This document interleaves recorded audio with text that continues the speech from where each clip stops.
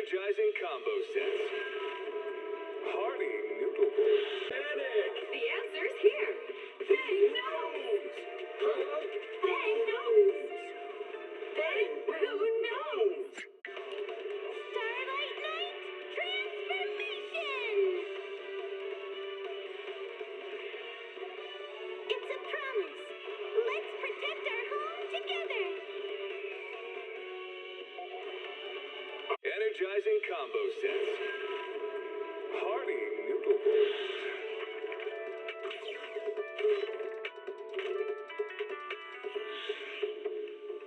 Waterfall soup.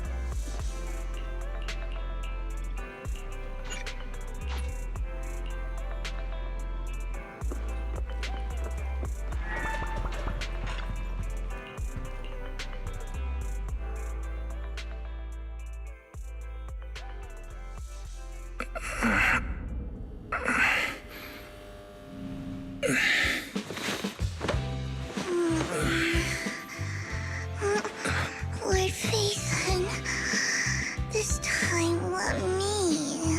Vivian? Vivian?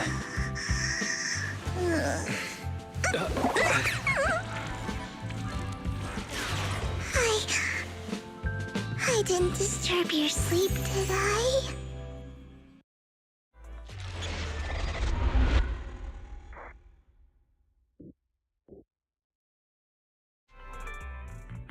When I got here, the other Lord Phaethon said you were resting on the couch and just let me in. I meant to keep you company while you slept, but then I dozed off myself. Ugh. I was going to sit here looking super cute, hands cupping my face. You know, like the #1 sleepy face I want to wake up to pose. I can't believe I ended up falling asleep myself. Vivian, are you sure you're awake? That sounded like sleep talk. I'm sure sleeping in that position couldn't have been comfortable either. No, Lord Phaethon. I was just worried that I had disturbed your rest. Just being able to see you sleeping peacefully is already the highlight of my day. No, my entire month. Though it is a bit late, but... Good morning, Lord Phaethon. You're here super early today, Vivian. Is there something urgent? Mockingbird's death has stirred up quite the storm. I took some time to gather intel. It seems someone deliberately leaked the story that Hugo is an illegitimate child of the Ravenlock family, but I haven't found the source yet. Could it be Hugo's uncle, Hartman? Maybe he's trying to turn people against Hugo and Mockingbird by playing the illegitimate child card. I suspected that too. He could be using Hugo's background to make people believe Mockingbird is just another Top's pawn. To the upper class, Mockingbird may be insignificant, but it has a loyal following among regular folks. But after some digging, I was surprised to find that the public isn't turning on Hugo. They're actually starting to see him in a better light. Some people feel bad for him, some relate to his struggles, and Hartman's the one getting all the heat. Public outcry against Hartman is growing, with many believing he murdered Hugo for his own selfish gain. Tops is hosting an industry summit this week, a responsibility usually handled by the Ravenlocks. But my sources tell me another family has taken over this year at the last minute. If I'm not mistaken, Tops is intentionally keeping its distance from the Ravenlock family due to the current public sentiment. Is someone trying to take advantage of this to get rid of both Hartman and the Ravenlocks? I think Hartman knows this too, which is why he's completely vanished. No matter how hard I search, I can't find a single trace of taken the sacrifice core. Now that he holds this bargaining chip, he is definitely going to negotiate his way out of this with the Exaltists. Sorry for interrupting. Can I borrow Wise for a minute? Oh, no problem at all. I'm sure you have important faith in matters to discuss. Take your time. I'll just be waiting outside. Wait! Don't go outside, Oh, don't mind me, Lord Phaethon. I wanted to browse the videotapes anyway. I'll be right here. Just let me know when you're done. Thank goodness Vivian didn't walk out the main door. Lycon's been pacing around outside for like half an hour and scared off at least 5 customers. He's stressing over what he did to Hugo in front of Vivian, but he really needs to talk to us. Maybe you should go speak with him first? Sure, I'll go talk to him. At the end of the day, we're all after the same enemy. As proxies, we should become the bridge between them.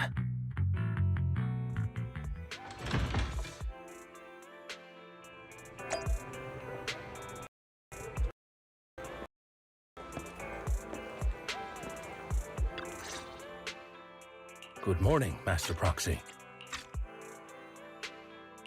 Good morning. Belle just let me know you wanted to talk to us and Vivian about something? Yes, it's an urgent request from the mayor, one that directly affects New Eridu's safety. However, before we get into the details, as a former member of Mockingbird, I'm concerned about Miss Vivian. Hugo made many mistakes and betrayed the principles of Mockingbird, but I'm certain he didn't intend to put Miss Vivian or you in danger. I don't know Miss Vivian very well, and I was the one who took her companion's life.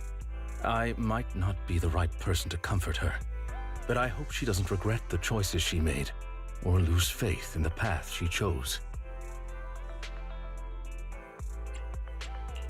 Vivian doesn't seem down at all. In fact, she's been actively gathering intel. I think she's handling this with even greater calm than I am. If you're feeling bad about what happened with Hugo, it might be a good idea to talk to Vivian directly. From what I've seen, she's not as fragile as you might think. That's reassuring to hear. I trust your judgment. You've always had a sharp eye for people. Would you mind coming in with me? I'd like to apologize to Miss Vivian in person. Sure, but just to be clear, I'm staying neutral and not picking sides. You both have your own stance on this. As a proxy, I'll do my best to help facilitate honest communication. I respect that. Thank you.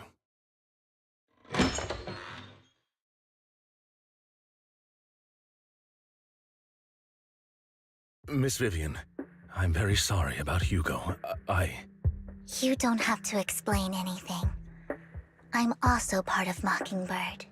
Mockingbird stands on more than just gain, so it won't fall when fortunes shift. Hugo had his fixations and ambitions. I also have things I must see through. I'm determined to get to the bottom of the Exaltists and the sacrifices. Miss Vivian, as a former member of Mockingbird, you have my deepest respect. You have my word, whatever comes next. I would never harm you or Master Proxy. As for Hugo, please, accept my condolences. Condolences? That's not necessary. Mockingbird has plenty of tricks up its sleeves. This isn't the kind of act that ends so easily. Wouldn't you agree? You're right. I'm glad you guys are on the same page, but why do I feel like I'm being left in the dark? Master Proxy, I believe we all share the same goal. Uncover the truth of the Exaltists and the sacrifices. The mayor has tasked me with inviting you to take on this mission, and hopes we can work together moving forward. If the mayor wants to work with us, I trust he will demonstrate his sincerity in kind. Mockingbird will not serve as a pawn for the powerful. That will never change. Of course. While the mayor cannot handle this personally, he will make sure we have all the intel and support we need. Miss Vivian, I know you have your own intelligence network, but for some high-profile shady dealings, perhaps the mayor can provide you a different perspective. Please, take your time to discuss. If you're open to collaborating, I'll set up a call with the mayor so he can speak with you both directly. Belle, Vivian, and I need to think this through carefully with everything at stake. It's not a decision we can make lightly. Of course, I completely understand. When you've made up your minds, you can find me at the Ballet Twins.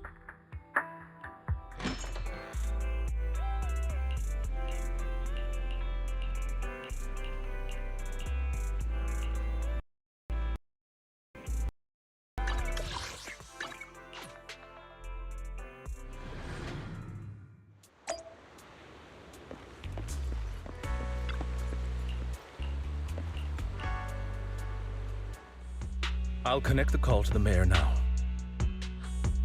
My dear friends, I'm glad you're willing to keep working with me. I'm truly sorry about what happened to Mr. Hugo Vlad.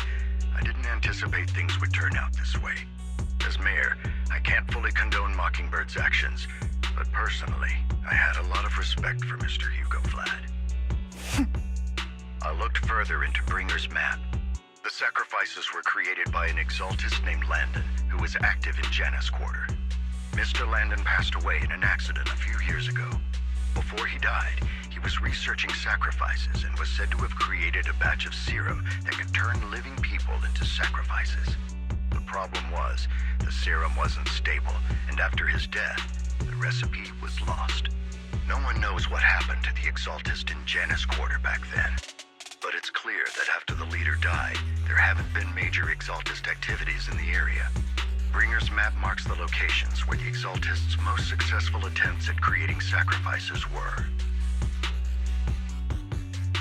The leader of the exaltists in Janus Quarter died a few years back, and they haven't been active since. Could it be that Hartman was just acting on his own? Unfortunately, that's not the case. My sources confirmed that Hartman had been secretly in contact with someone, and they only meet inside the Hollow.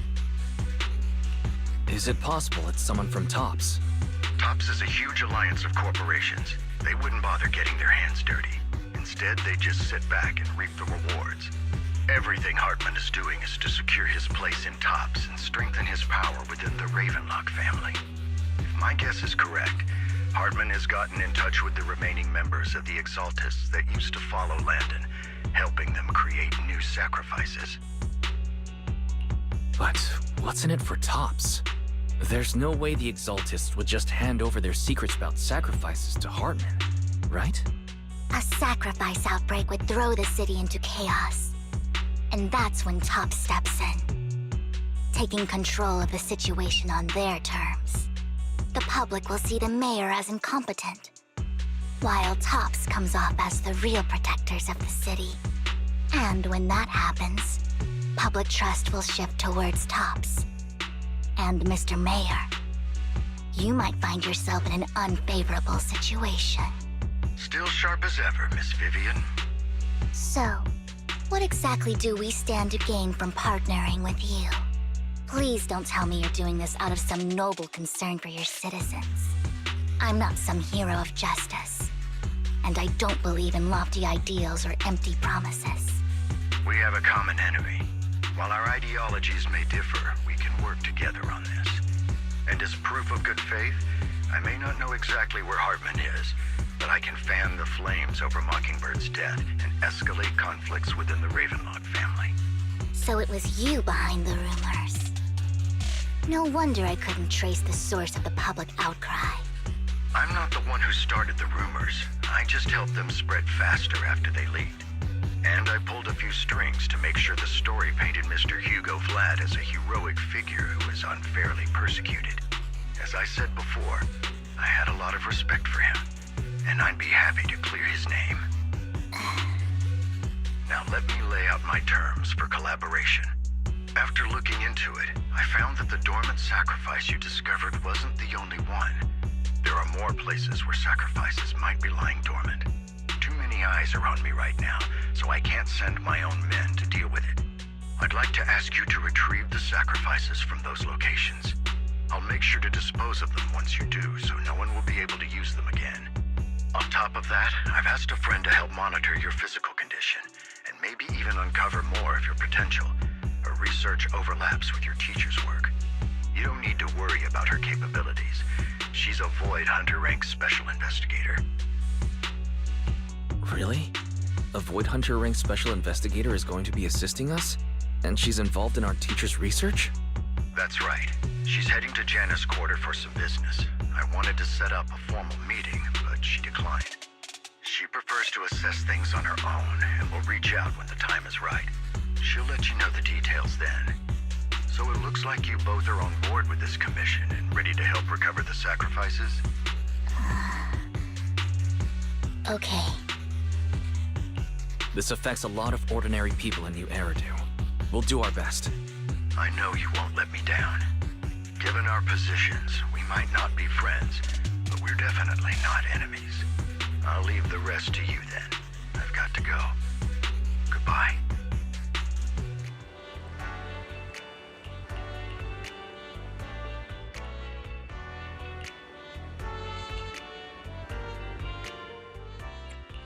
I would never turn down Lord Phaethon. Only the Officer 148. All standing. How can I? Ready for asset confirmed. Preparing to move out.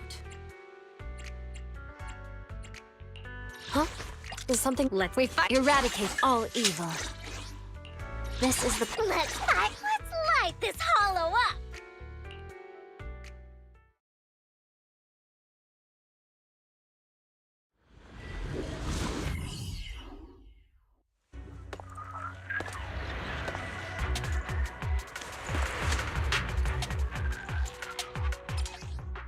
Lord Phaethon, thank you for trusting Mockingbird and me.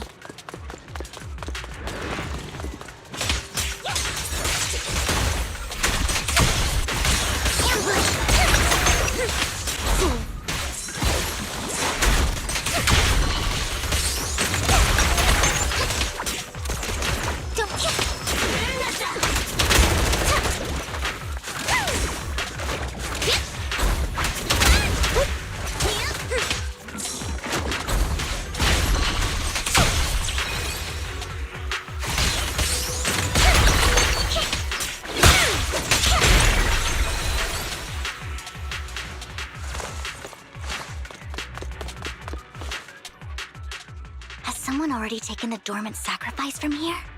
Or did the Exaltus decide to relocate it? No.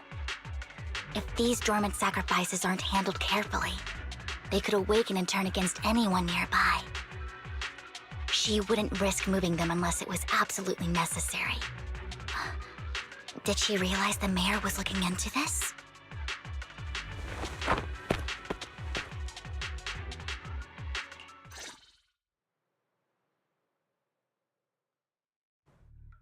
Did Hartman just make up this intel to get a shot working with us at Tops?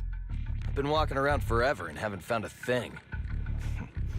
The Ravenlocks have always been a shady bunch. No surprise they've gone downhill over the years. I heard they were pretty loaded back in the day. What kind of business did they run? No clue. On the surface, their businesses seemed legit, but who knows what was happening behind the curtain. Probably something with the sacrifices. I mean, how else would he know about the dormant ones left around here for years? And he was so sure that even if those original sacrifices didn't work out, he had a backup plan. Backup plan? What could that be? Well, that's beyond me. I just happened to overhear something while I was next to Mr. Edmund one day. What's Tops planning to do with all these sacrifices, huh? For research? Do you think we'll ever have a normal life in the Hollows? Don't ask questions you shouldn't be asking. All right. There's nothing here anyway. Let's leave the Hollow and report back on what we found. And we'll make it just in time to clock out for the fieldwork shift. Let's get out of here first.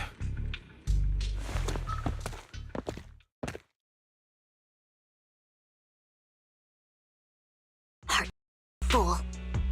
He'll do anything to get into Tops, even if it means playing with fire. She's an Exaltist. Human lives have never mattered to her. The more people get dragged in, the greater the danger.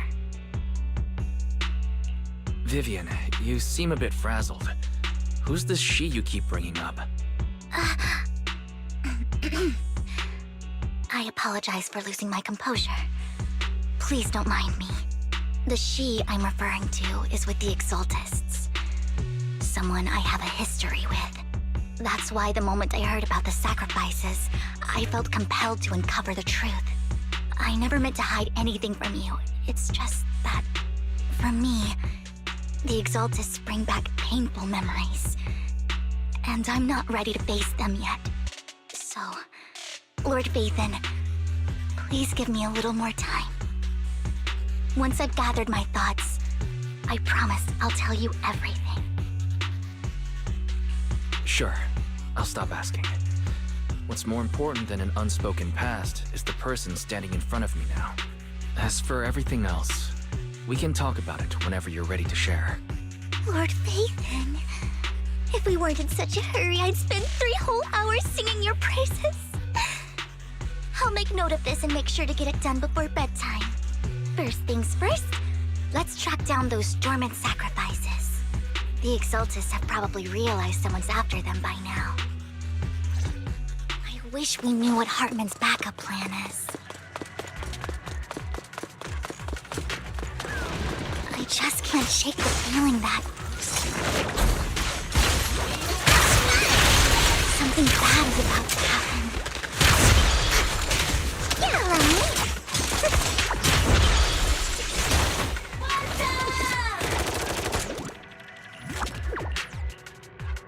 Hugo may have done terrible things, but he had his reasons.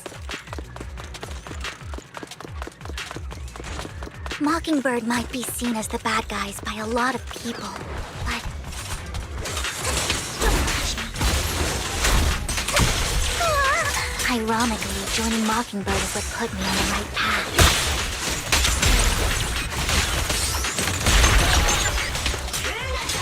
For the first time, I'm needed for more than just my curse.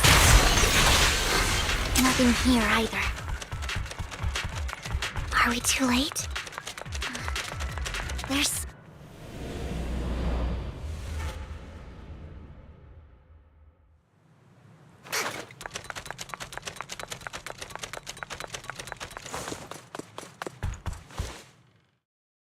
I knew it was you, Vivian. Camille! What are you doing here, sis? Are you destroying the dormant sacrifice? Vivian, don't call me sis. I'm not your sister. Are you trying to stop the Exaltists? I never left the Exaltists. You know what Landon did back then! Lord Landon did it for the Creator. His methods may have been extreme, but they were necessary. Back then, you walked away. You should do the same now. We didn't meet today. Take your friends and leave. What's wrong? Are you being forced into this? I can help you. Help me? Like how you helped her? Vivian, you're crying. You see me, don't you? No, You haven't changed a bit, Vivian. No need to hide your tears. I know exactly what's ahead for me. You've made your choice, and I've made mine. One last piece of advice. Stay out of this. She loathes you. I won't tell her we met today. Don't show yourself around us again. Camille!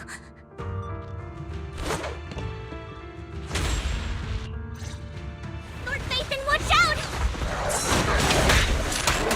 I'll tell you what that was about later. Let's take care of the ethereals first.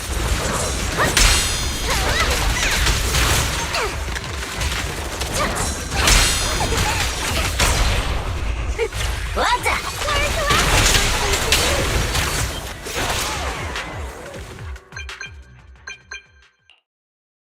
You've been gone forever. Did you run into any trouble? We searched the coordinates the mayor provided. Most of them were already empty. No dormant sacrifices. Camille, the Exaltists have been actively destroying the dormant sacrifices. Why would the Exaltists go after the sacrifices?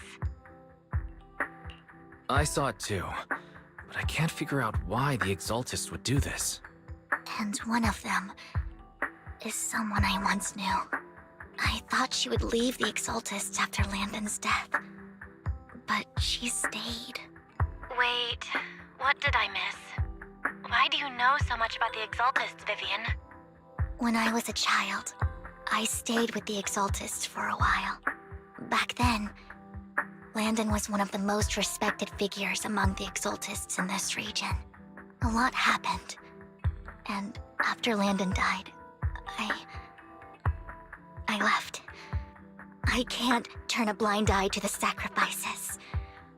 I know all too well how many lives have been lost bringing them into existence. Ever since I learned a sacrifice had appeared in Janus Quarter, I haven't been able to stop worrying. I won't let history repeat itself.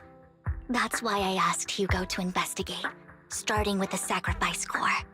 Vivian. Please stop. I'm not looking for comfort. I'm just recounting the story for you to understand the situation. We've got bigger things to focus on. But when I do need comforting, I'll come straight to you. I hope you'll make time for me, Lord Vathan. Just so you know, I'm not the easiest to console. Absolutely. If you're feeling down, we'll be here for you. Okay. Back to the matter at hand. That conversation between those two TOPS employees back in the Hollow is still bothering me. They said Hartman had a backup plan, and that got me thinking about some news that was quietly swept under the rug. Lately, there have been mining accidents in Ravenlock-controlled areas. Many workers have died. The families were paid off with huge settlements, way more than usual. No protests, no controversy, and the issue was buried. But considering the Ravenlock's financial position, why would they be so generous with payouts? That sounds sketchy. Do you think those accidents were faked? Precisely. I don't think those workers died in mining accidents. I'm planning to reach out to some old friends, see if they've heard anything about this. Do you have time, Lord Vathan? My contacts are just near 6th Street. Care to join me? Sure. Let's go together.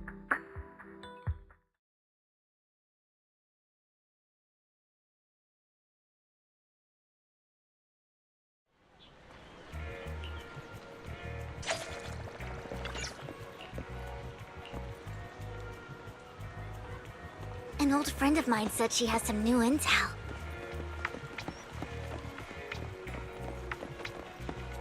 She's like a mentor to me. I learned a lot about data scraping on the internet thanks to her.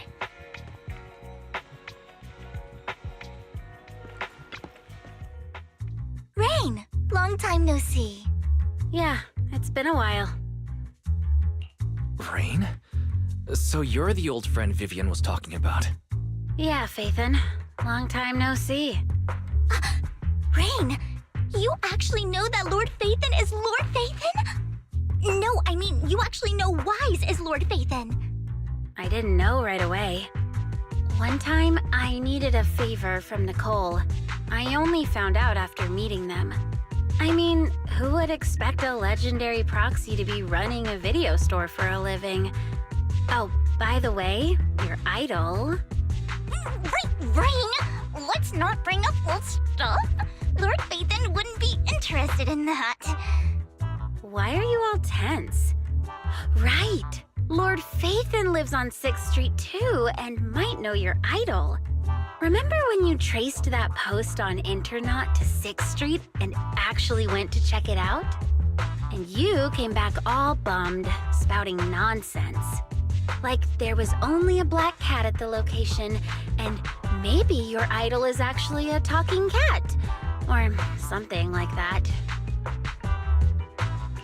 I think I know that black cat.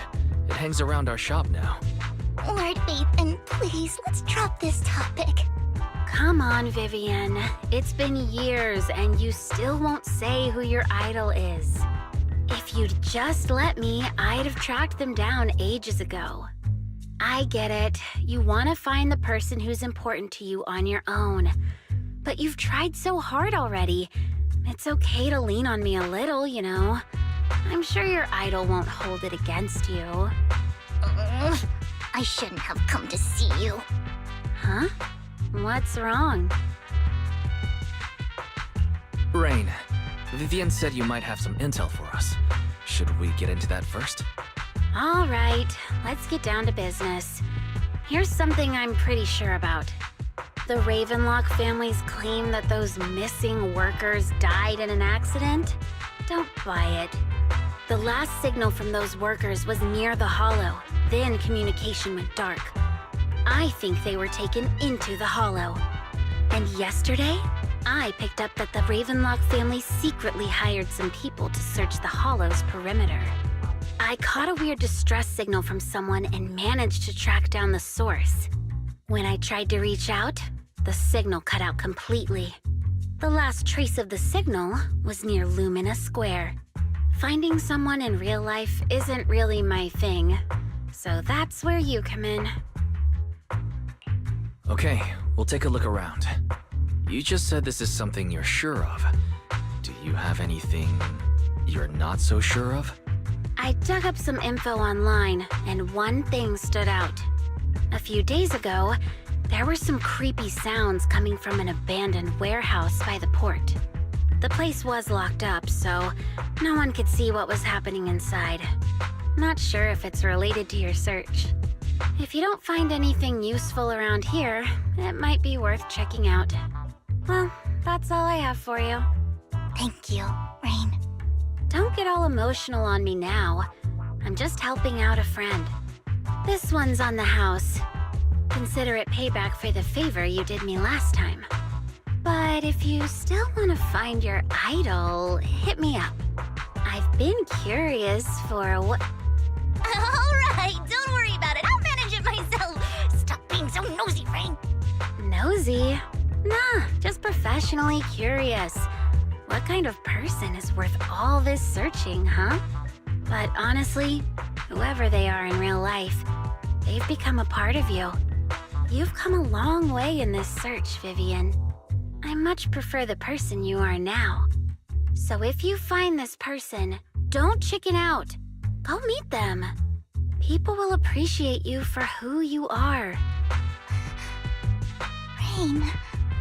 I might not care about the real world or what it'll be like, but I hope everyone I know can live a good life. I'm counting on you to save the world, guys.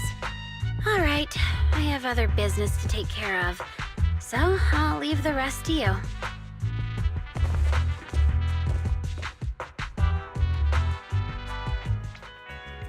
Lord Phaethon, please pay no mind to what Rain said.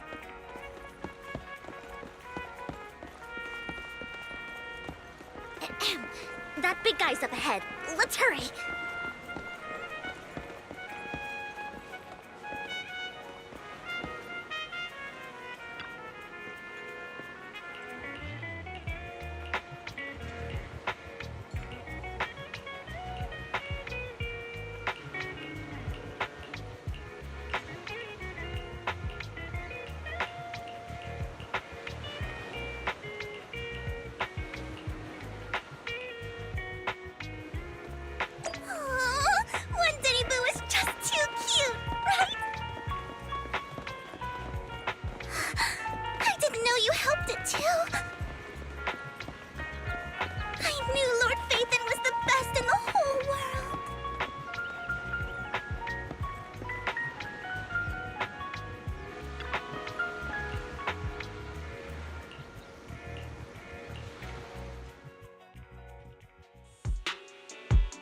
Don't take me back, please. I was wrong. I know I messed up. I don't want your money anymore. Please, no. Calm down. Who are you? I won't say anything. Just let me go. I don't know anything. I swear, I know nothing. We are not PubSec, the HIA, or the Ravenlock family. We won't force you into anything. There's no need to be afraid. What do you want from me, then? We simply want to know where the Ravenlock family took you and what they made you do. I can't say. I can't tell you. I have a family. They'll hurt them. You never saw me. Please, just stop asking. Don't you wish to see your family? I don't deserve to see them. It's my fault. I was greedy. I did this to myself. But your family must miss you dearly. I'm sure they won't blame you. No, it's my fault. It's all on me. I don't want to drag them into this. If the whole ship is sinking, no one on board can escape. I'm just a nobody. And right now, there's nothing I can do to change anything. If you care about your family and friends, now is your chance to stop the disaster before it's too late. Even a butterfly flapping its wings can send a tsunami surging across the ocean. No one knows how this will turn out. But if you do nothing now, the only thing waiting for you at the end will be regret. We're not here to turn you in, and we won't force you to confront them. You'll be safe with us. I'll help you return to your family. But you must tell us precisely what happened. Hartman offered a huge amount of money, looking for workers to go into the Hollow to guard something. The money was way too good. We all kind of figured something wasn't right. I thought it was just smuggling or guarding some kind of illegal ether resources, so I signed up. After we sent in our applications, Hartman's men took us into the Hollow. The first place we went, there was a strange box. When we got there, they handed us some pills, saying they'd improve our aptitude for ether, for us to last longer in the Hollow. But after I took them, everything went fuzzy. Something was definitely off about those pills. When I woke up, I saw my coworkers dead in front of me. And there was blood all over my hands. They said something about me being a good experiment, moved me somewhere else, and locked me up. They wanted to inject me with something. I got scared and didn't know what was gonna happen. But then a blonde guy found me, gave me a carrot, and let me go. So I escaped. I didn't want to kill anyone. I don't know. It wasn't your fault that your coworkers died. You were just a tool in their hands. Do you remember the place they first took you? Do you know what was in that box? I only remember the first place was like a rooftop. I think it was on top of a tall building. What exactly was in that box? I can't remember. I'm not lying. Those pills they gave us, they make you hallucinate. I took just one and my mind felt like it wasn't my own. My memories turned into a blur. I'm telling the truth. I'm not trying to run from my mistakes. I just really can't remember what happened. I know you're not lying. We'll arrange for your protection. You can rest easy and recover, and your family won't be dragged into this. Once this is all over, you will be able to reunite with them.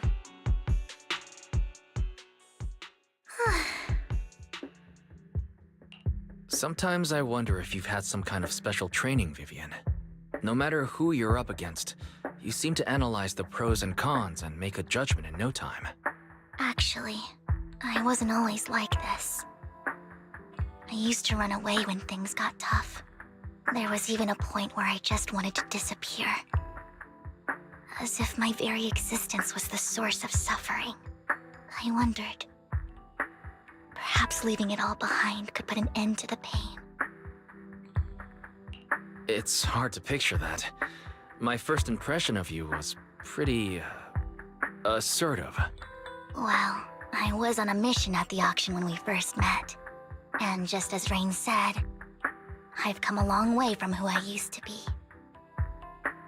Speaking of Rain, it's quite a coincidence that you two know each other and are actually close. You even know one Denny Boo. That surprised me. We might have crossed paths without even realizing it. Enough about me. Tell me more about you, Lord Phaethon. Where have you been? And what have you experienced? Looking back, it feels like I've been through a lot lately. Belle and I even lost our faith in account. It's a long story, starting with how the Cunning Hares took something from the Red Fang gang.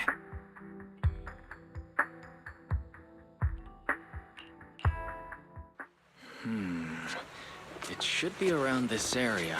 Belle told me there's a highly rated store here.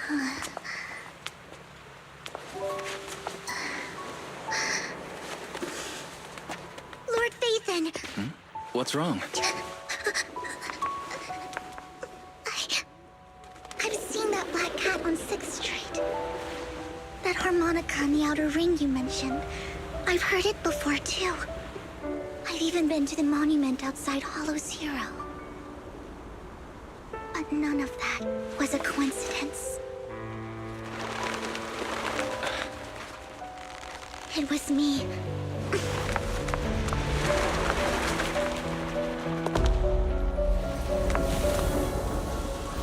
Following you, and now I've finally made it to your side. Ever since I was little, I had been seen as the bringer of bad fortune. I had traveled to many places and witnessed far too much misfortune. Every tear I shed brought disaster. I've heard too many curses to count.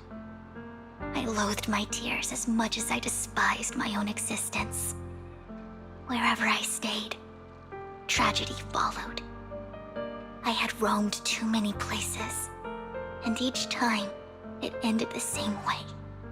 I didn't know where I could go anymore. One night, I stumbled upon a post discussing me. Whether they knew me or not, everyone seemed convinced that I was the source of the curse. Some mocked me with cruel intent. Some wished I would vanish, and others speculated maliciously. It really seemed that my very existence was a disaster.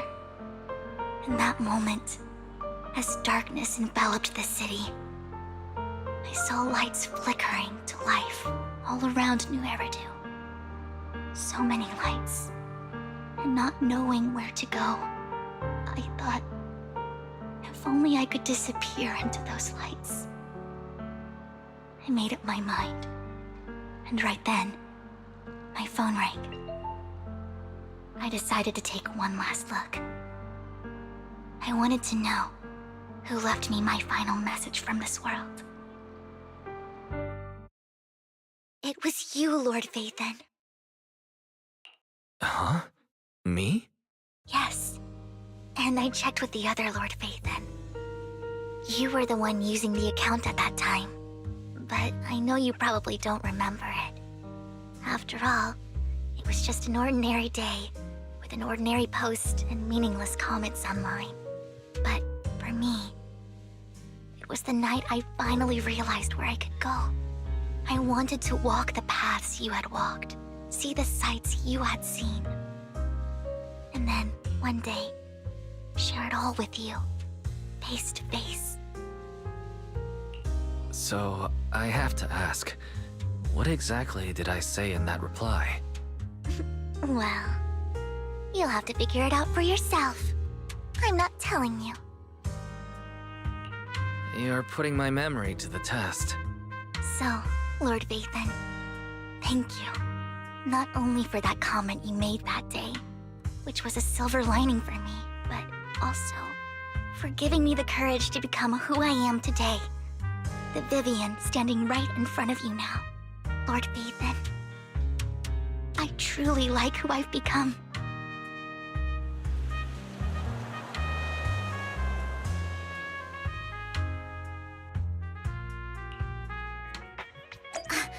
Lycon just sent a message. There's an update. Let's head back to the video store and go over the details.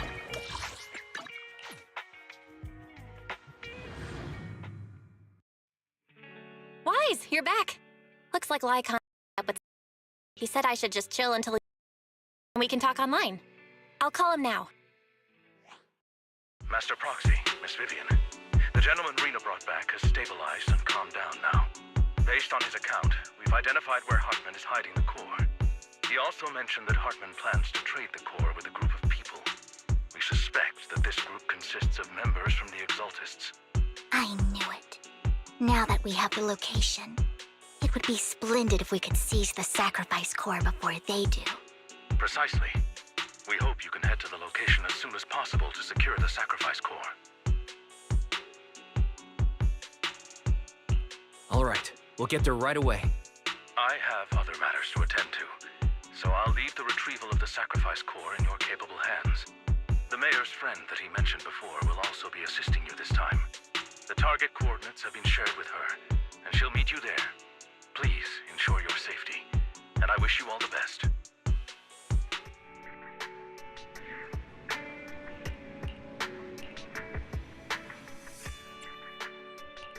I would never turn down. Let's fire it up!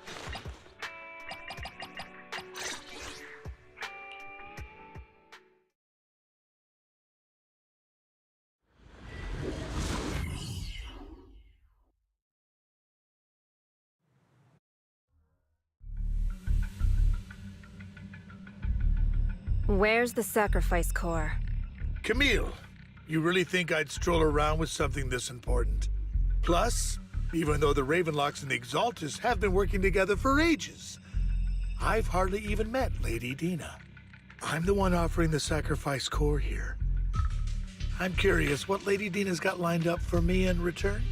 I'm just here to verify that the core you mentioned is real. Once that's sorted, Lady Dina will give you a proper response. Our partnership isn't just talk. We need to be sure you have what we need before moving forward. Sure thing. I'll take you to where I keep the core. Once you verify it's legit, have Lady Dina come over. We'll lay everything on the table face to face. All right, lead the way. It seems Hartman is... What a greedy and insatiable man. That... Only send Camille for something as important as the sacrifice core. And I can't shake the feeling that Camille doesn't want Hartman and Dina to meet. Why is that? So this Dina they were talking about, is she the leader of the Exaltists?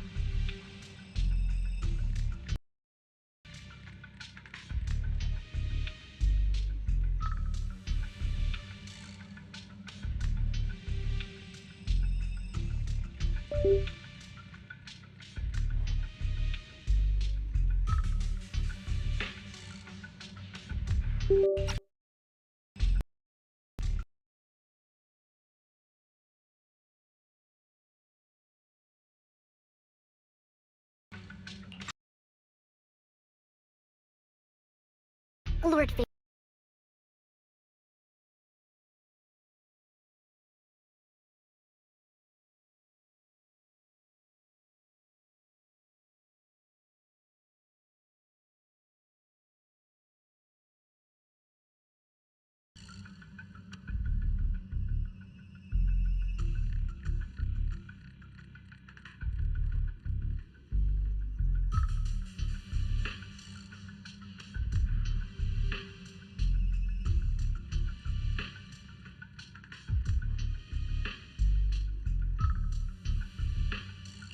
I've mapped out a shorter route, but there will be ethereals along the way.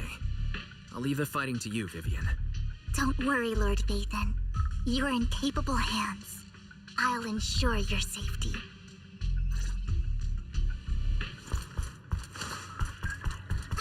Ethereal! Stay away from Lord Vathan!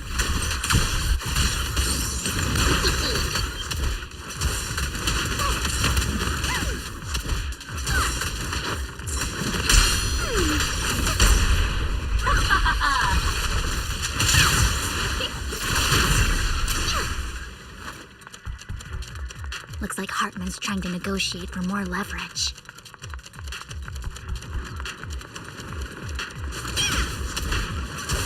Let's get out of here before we're spotted.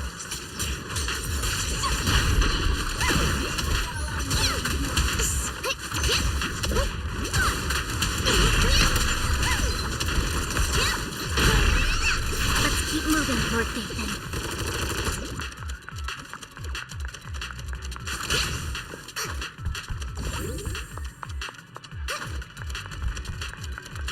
Leave the enemies to me, Lord Vathan.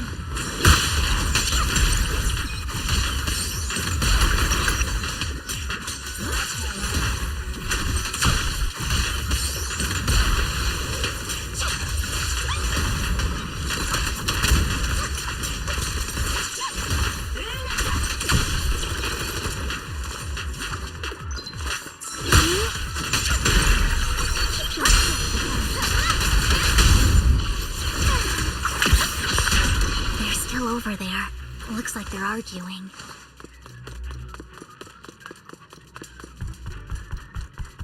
This is our chance. Let's hurry. No matter who has the sacrifice core, Hartman or the Exaltists. Hand over what's in the box. We do this the hard way. Ernie! You should... Let's hurry and secure the sacrifice core. Lord Vathan, the box is empty. So Hartman never kept the core here to begin with? How did you even find your way here? Where's the core in the box? What did you do with it? You call this keeping the sacrifice core safe?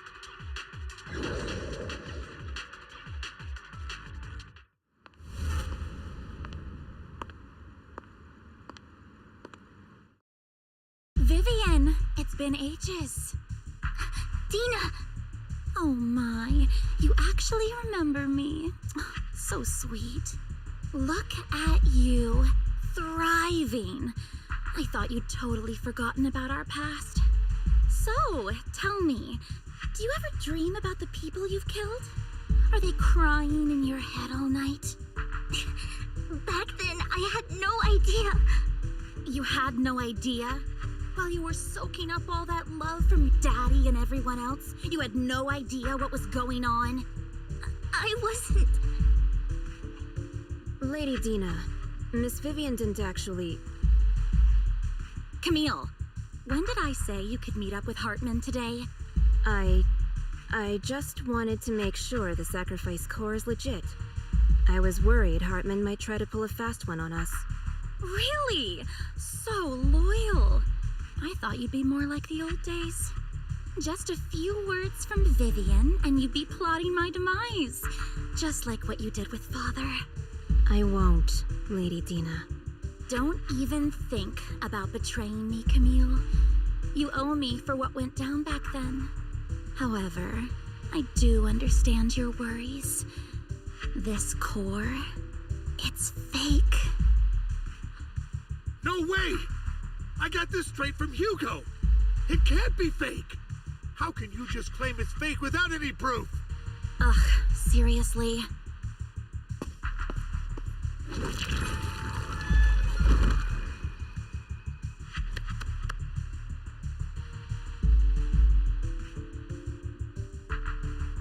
The sacrifice core can max out the ether particles within human bodies in no time at all.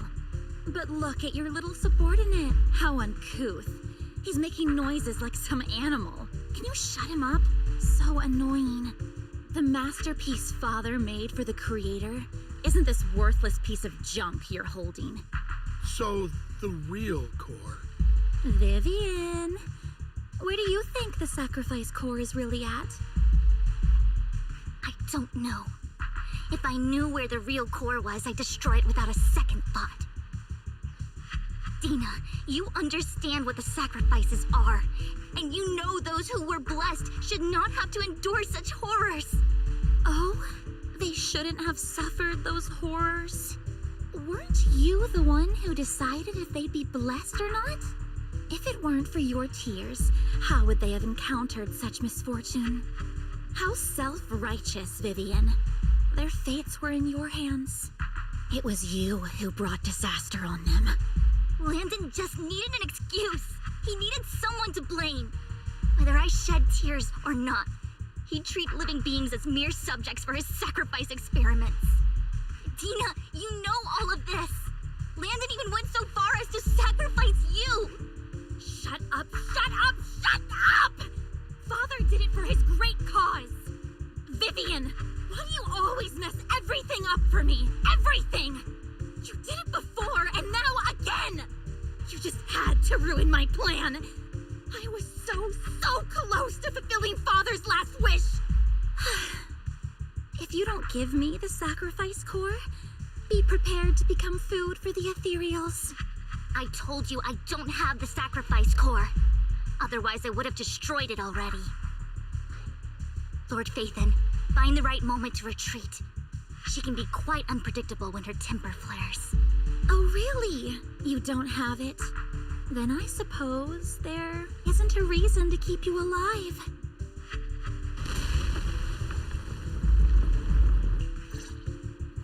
Ambush! The ethereals are coming. Don't you know? Hit my dress dirty and you'll pay.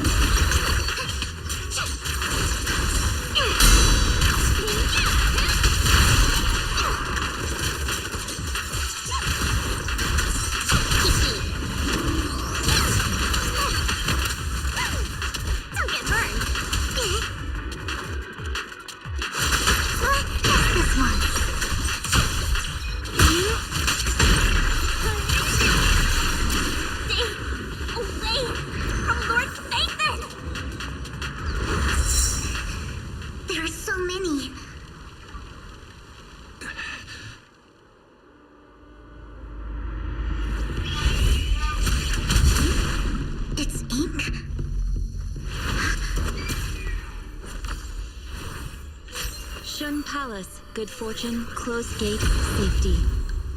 What? An evil miasma gathers here. Another place of conflict. If you wish to avoid disaster, then head southeast.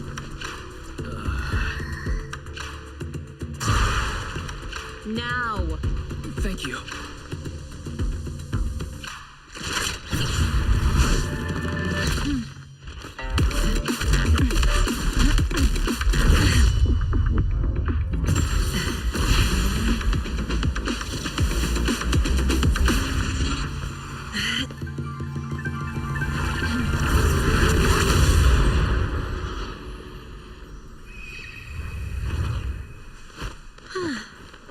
Finally, peace and quiet. You must be wise, right? Mayflower mentioned a special partner might need my help. May I ask, who are you? I'm the 13th generation master of Yunque Summit. You can call me Yishuan. Mayflower passed along your info, and I was curious what kind of person you are, so I came to see. At first, I thought it might be a hassle, but your energy feels really calming. Quite nice, actually. So, you're the investigator the mayor mentioned. Yes. He also asked me to be your temporary teacher and offer you a bit of guidance. Guidance? What does that mean exactly? Unfortunately, this isn't the right time or place to talk. I have some investigation work to catch up on, and it seems you've got quite a lot on your hands, so let's part ways for now. I'll find a good time to visit you soon.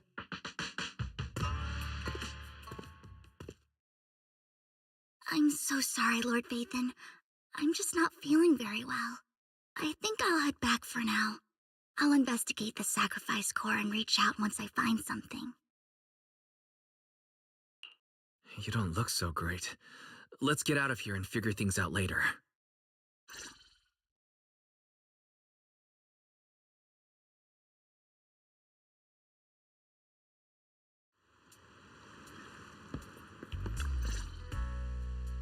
Lord Vathan, are you going to rest now?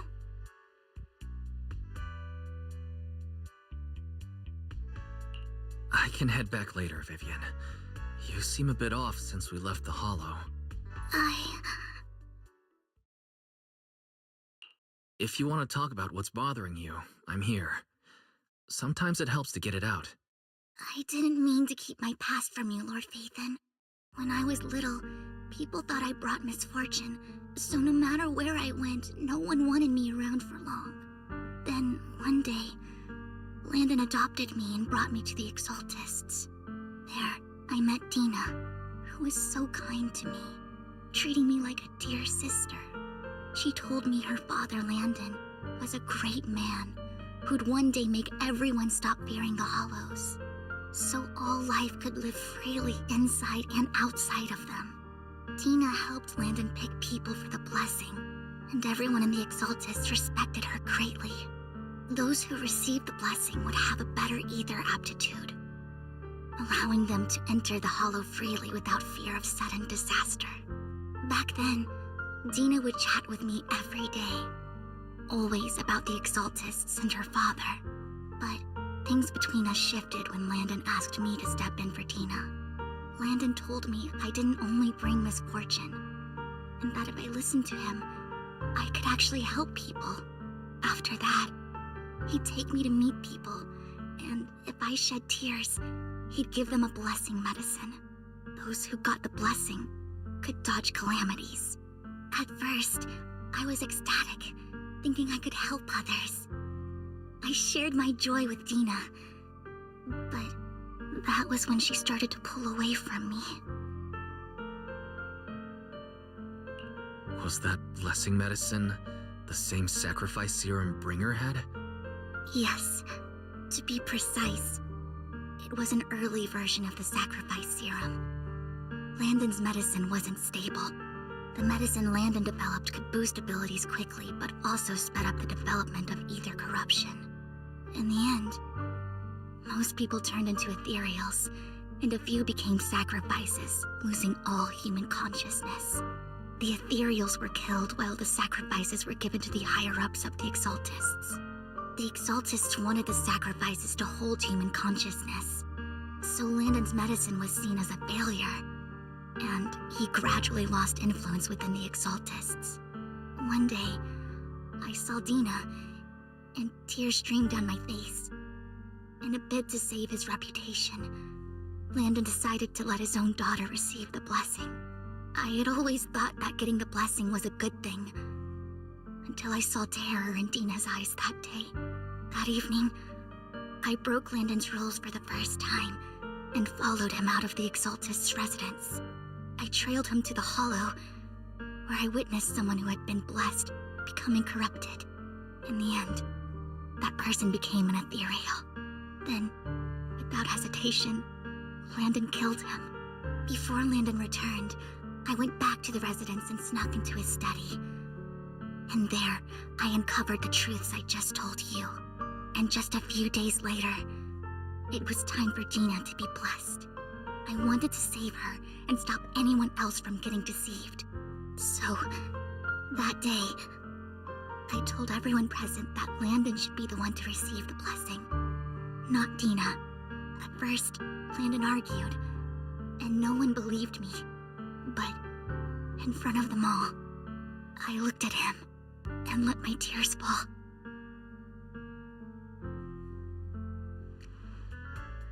Lord Landon, please accept the blessing. Vivian, you... Why won't you accept the blessing? Were you lying to us? Ungrateful fools! You have no use anymore! Liar! Run! Run! Dina! Dina, wake up! We have to go! Vivian? What's happening? Listen to me! Lord Landon's so-called blessing isn't...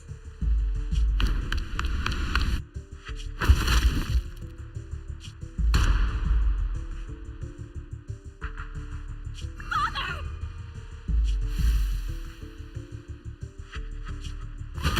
No, I was just... Mom, I want to go home. It's got nothing to do with us. This is just what happens when you don't accept the blessing. Vivian, was this you? Tina, I just didn't want you to accept the blessing. Everyone who does ends up... I just don't want to lose my father. You knew? If you knew what he's done, you... He's my father. He's all I have. Stop being self-righteous, Vivian. You only ever bring misfortune.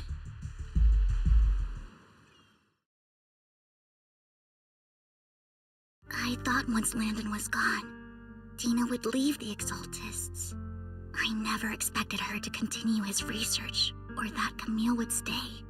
Camille lost her entire family in a hollow disaster, so she's always supported the Exaltists.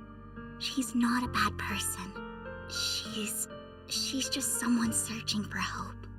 She joined the Exaltists very early on, and even watched Dina grow up. That day, she was just so desperate to save Dina that she...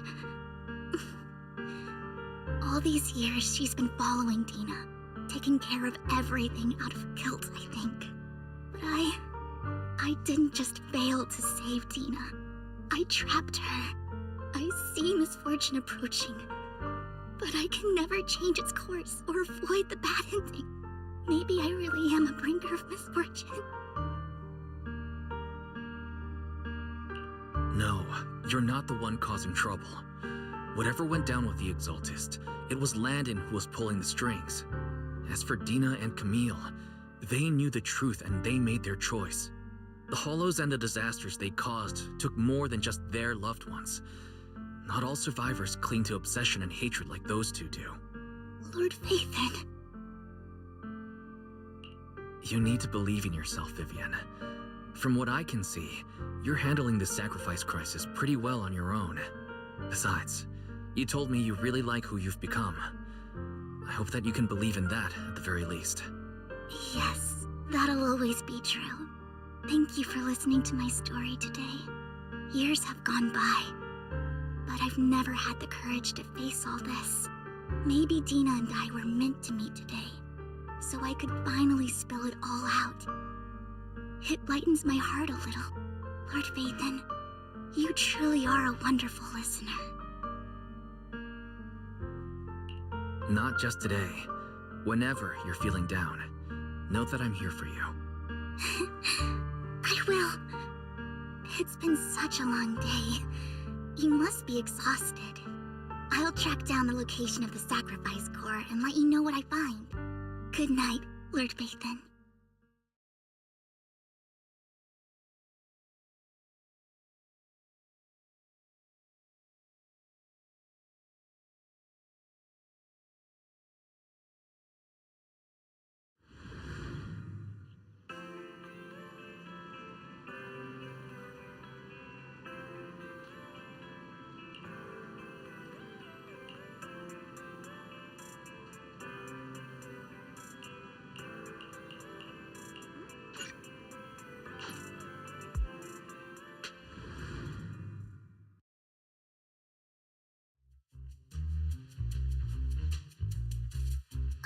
Shawl, I didn't expect you to be working here. Perfect. I was just covering someone's shift. The screening here is super strict, and I was afraid the supervisor would realize I was new and subbing for someone, so I hid in the control room during the supervisor's inspection. So I happened to bump into this guy, a blonde man wearing a hat, and I think he was checking some footage. Then he logged that footage into the tape he brought. Later, I found that part of the footage had been wiped. Blonde, wearing a hat. Could it be Hugo?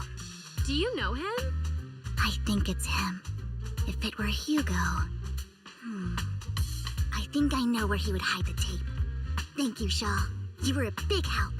Great! You also helped me a lot when I started working. I used to make mistakes all the time. If it weren't for you cleaning up my messes, I would have been fired ages ago. So I'm happy I could help you too. All right, go ahead and do what you need to do. We'll catch up another time.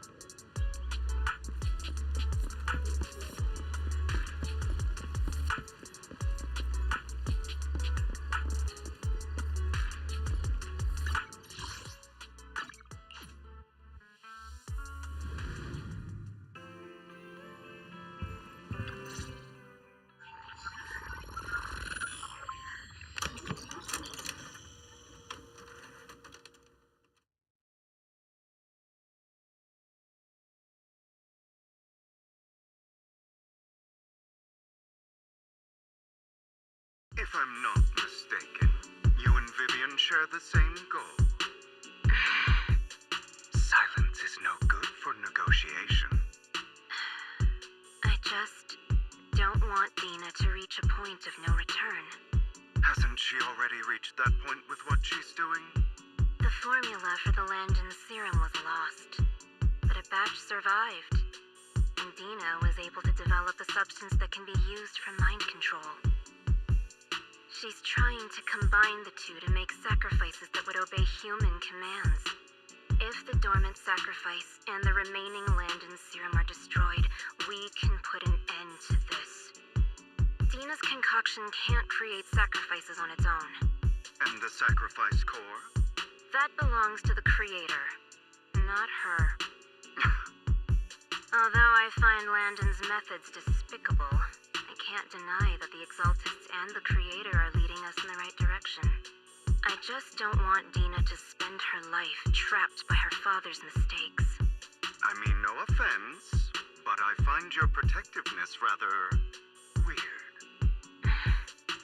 I will confirm the location of the dormant sacrifice and find the chance to relay the information to you. I do not want any of my people to be going into danger. As for the sacrifice core, I can only guarantee that it will not fall into her hands. As for how things will ultimately play out? The Creator will guide me.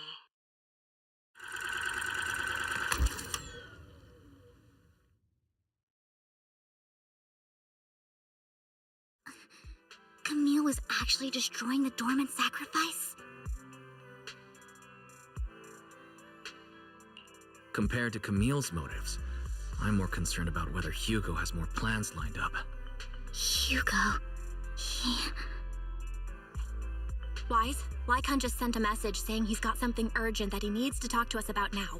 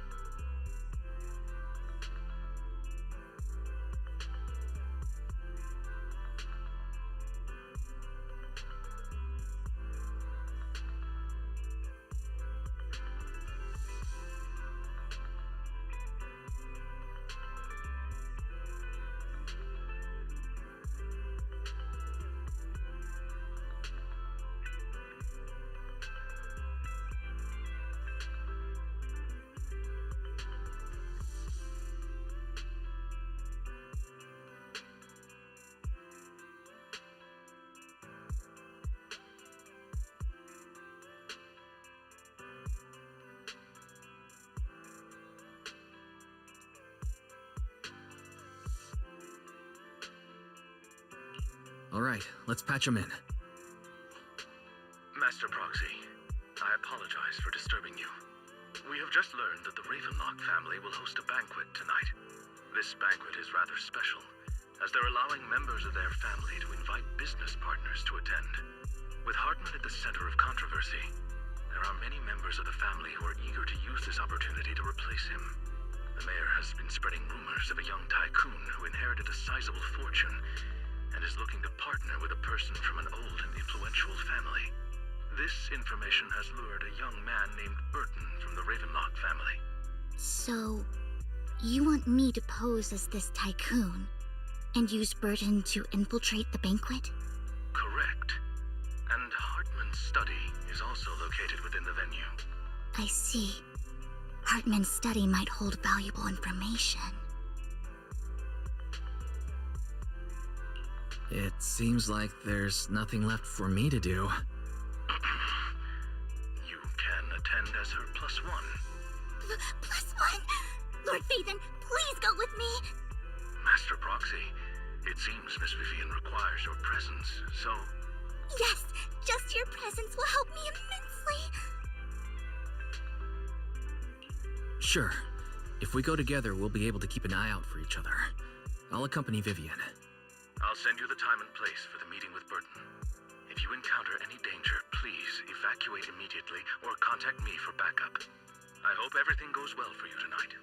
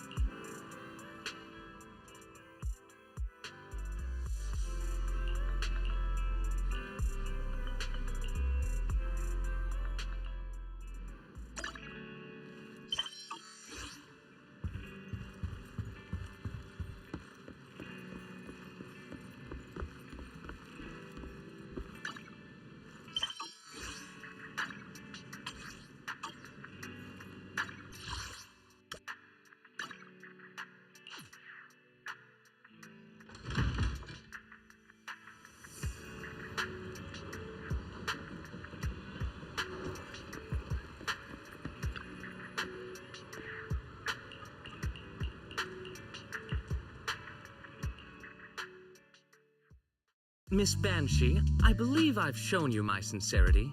Now how about you? Sincerity? My presence here is a show of sincerity. If we're to work together, Miss Banshee, you should drop your pretentious act. I am well aware of the ways of the Ravenlock family. If I were to come empty-handed, I probably wouldn't even be able to make it out the front door tonight. Since I agreed to come with you, and even brought along my most precious companion, does that not show my deepest sincerity? No need for such an off-color joke. Our door is always open for those coming or going. We both know what's what, so let's cut the small talk. I know far more about how the Ravenlock family made their fortune than most here. I am also well aware of why Hartman, despite such a massive scandal, still remains in power. Oh? Do tell.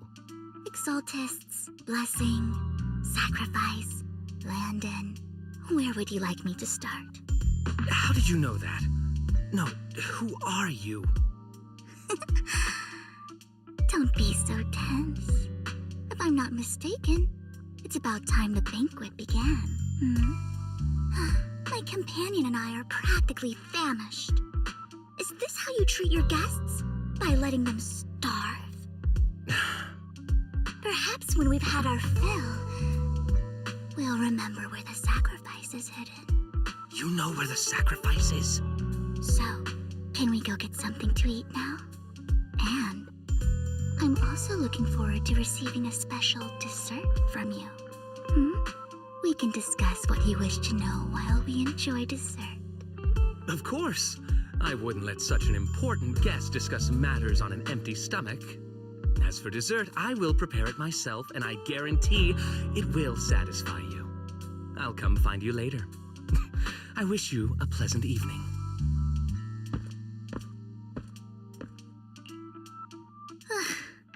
These kinds of people are exhausting to deal with. I really don't know how Hugo used to put up with it. Was there a special meaning to the dessert you mentioned just now? I thought he'd stay for longer, but he left once you said that. Hugo taught me that bringing up dessert in such situations is a way of telling the other party they need to offer more. Fortunately, that old fox Hartman is terrified of losing power. He's definitely keeping the destruction of the sacrifice and the fact that the sacrifice core is fake hidden from the other family members. Otherwise, Burden wouldn't have been so willing to raise his offer. Lord Phaethon, let's find Hartman's study when the banquet is at its busiest. All right. I've already taken note of the surrounding terrain. Once more people arrive, we'll enter the garden through the door in the corner of the... Wherever you go... Is it? The security outside of the manor is... However, just to be safe, I'll call Lycon. Let's check Hartman's recent correspondences for clues. I still have concerns about the sacrifice core. Right.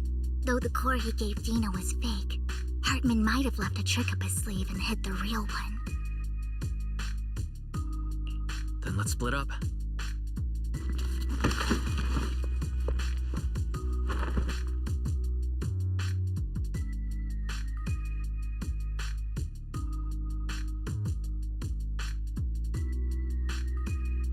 Esteemed guests, is the catering at the Ravenlock family banquet not to your satisfaction?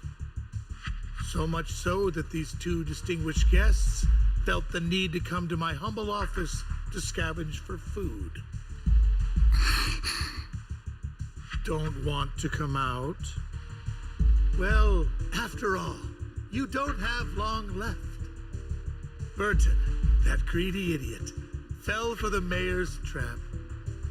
But I never expected that he would bring you into my territory. I suppose I should thank him.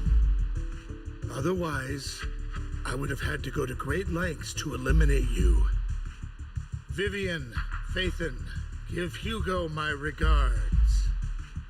Tell him I shall be taking the wealth and power of the Ravenlock family for myself.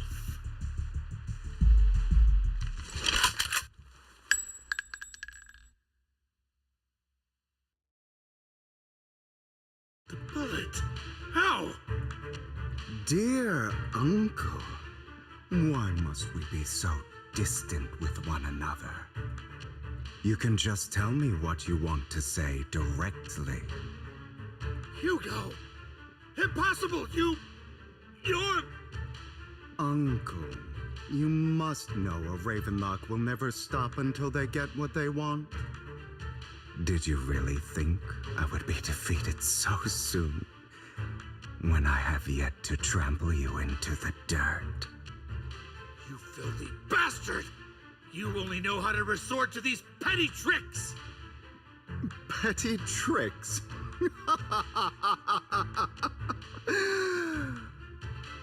Perhaps you'd like to know what I managed to accomplish using this faked death of mine.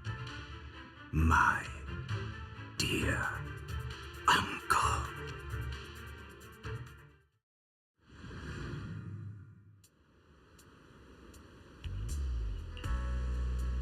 Faking my own death. Hope it's all worth the theatrics in the end. It was just to keep Hartman off my back, but maybe I went a little overboard. The manager must be pretty shaken up. I should apologize at some point.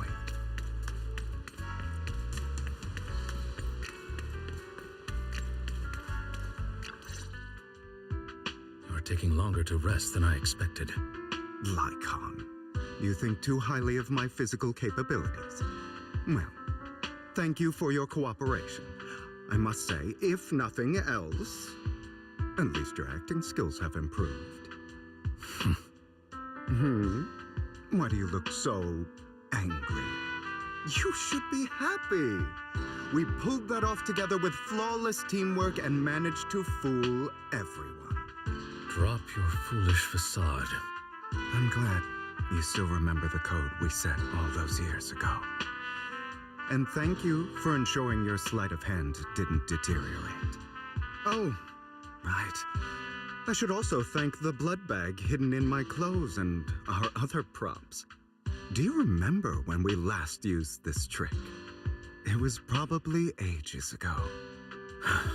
Sometimes I really don't understand you. Have you never thought about what the consequences would be if I didn't understand your code? If I decided against helping you? Or if I just couldn't control my strength properly? You'd understand it. Of course, if things really did go awry, I had alternative plans. You wouldn't be so arrogant as to think I'd bet everything on you, would you? You're insane. No, I'm flattered. So what exactly is the purpose behind all this? Surely after going to such great lengths to erase your own existence, you don't just plan to hide here and reminisce about the past with me. Don't try to brush this off. I've already helped you enact your plan. Tell me the truth. Don't get your tail in a twist. I have more plans that require your assistance, so naturally I would not hide anything from you. Simply put, as things stand, whether as Hugo Vlad or as Mockingbird, I am doomed to die. Seems you've made quite a few enemies. As a member of the Ravenlock family, I negotiated with Edmund and managed to obtain resources from Tops for my future plans. I also confirmed what attitude they held toward your master, the Mayflower family. Meanwhile, I used my identity in Mockingbird to strike a deal with Hartman and gather information on their collaboration with the remnants of the Exaltists. That's where I got my intel on what Bringer left. Oh, by the way, the crime declaration letter that your dear mayor received, that was also sent by yours truly. He's probably figured that out by now, right? Though I'm not sure if he told you. The mayor learned about the sacrifice attacks through his own means, but lacked an opportunity to take action. That warning letter was precisely what he needed. You aren't hopeless yet. How delightful. In short, I'm more well-informed than your lot because I get around, dealing with all these different important figures. But of course, it comes at a cost. It's only fair. After all, you can't hide the smoke from a wildfire. Rather than trying to carefully tame it and risk setting yourself alight, it's better to let it burn free. When I helped you put on your little act, killing you in front of everyone, you left the sacrifice core to Hartman. That was intentional too, then? Oh, yes. And it worked like a charm, didn't it? Now no one cares for me anymore, and all eyes are on Hartman. A perfect situation for keeping the Ravenlock family in check while dealing a cutting blow to the Exaltists behind them. Another crucial point is Vivian and Phaethon. I must sever any ties they have with me or Mockingbird. Although I feel bad for Phaethon about what happened, but it had to be done. That's the only way they would be safe, allowing the plan to continue. I noticed that you never turned your blade toward Master Proxy. So, those words you said back then were also... I will bloody my hands. I will carry the weight of my sins. I will become the Abyss. Obviously, it was all an act. My acting has always been impeccable, as you know. Hugo, you're taking such a tremendous risk. Why?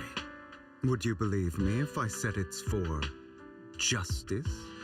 But unfortunately, it's not. I want revenge on the Ravenlock family. And I will make sure that despicable excuse for a human being, Hartman, suffers a slow, torturous end. Of course. I also promised Vivian that I would help her investigate the whole thing with the Exaltists. That's all. You don't look too good. Is it your wounds? No. This is the first problem I plan to resolve. Lycon, do you have a place that is sufficiently discreet, quiet, and can take a lot of damage?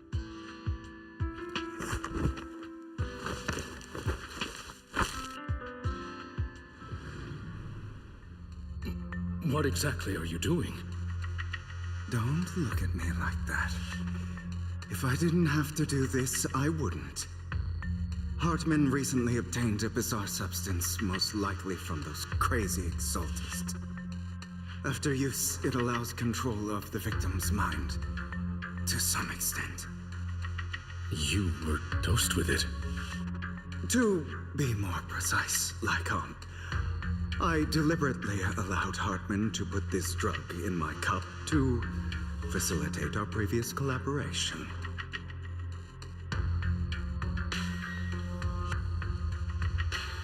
After finding out about it, I quickly found someone to help analyze its composition. The good news is he gave me a very low dosage, perhaps because he was afraid I might notice. There's a different medication that can delay its onset, preventing me from actually being under his control. I simply need to put on a show in front of my dear uncle. The bad news is that currently there is no antidote. When I delay those effects, however, they will accumulate and erupt when my body reaches its limit. It may even break my mind. And that's exactly what's happening now. I need to endure those accumulated consequences. So, I will lock myself in this room for however long that takes. I've tied my limbs to prevent me from smashing this place or accidentally hurting myself. Anyway, after you leave, do not open this door, no matter what you hear. I recommend seeking professional medical assistance. This is advice I received from a doctor. Or are you saying you don't believe I can make it? So, I can't. Come find me here at the scheduled time. All you need to do is smile and await my victory. What if I want to stop you? You know you won't succeed. You never have. And you never will. Well, time is short. Let's begin. I understand. Don't die, you stupid bastard.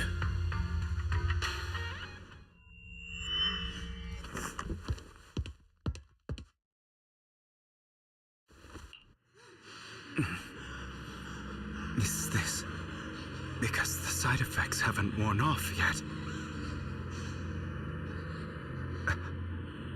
Lycon's late. I'm surprised. Or is something wrong with time itself? Looks like someone's over there. Might as well go ask.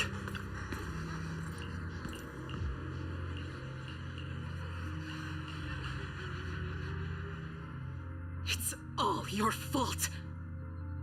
I wish I had never given birth to you!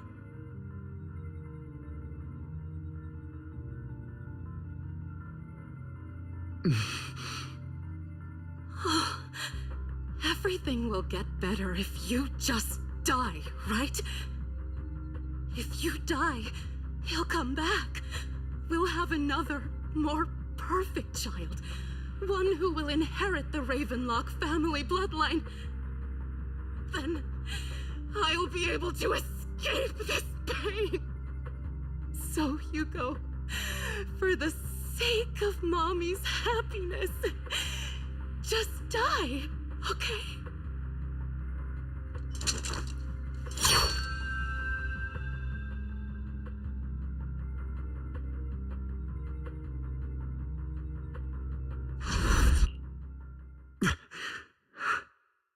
So, I wasn't awake yet after all. That's because you don't want to wake up again. Who are you? I am you. Hidden deep within your heart. Your most true self. You want to kill her, don't you?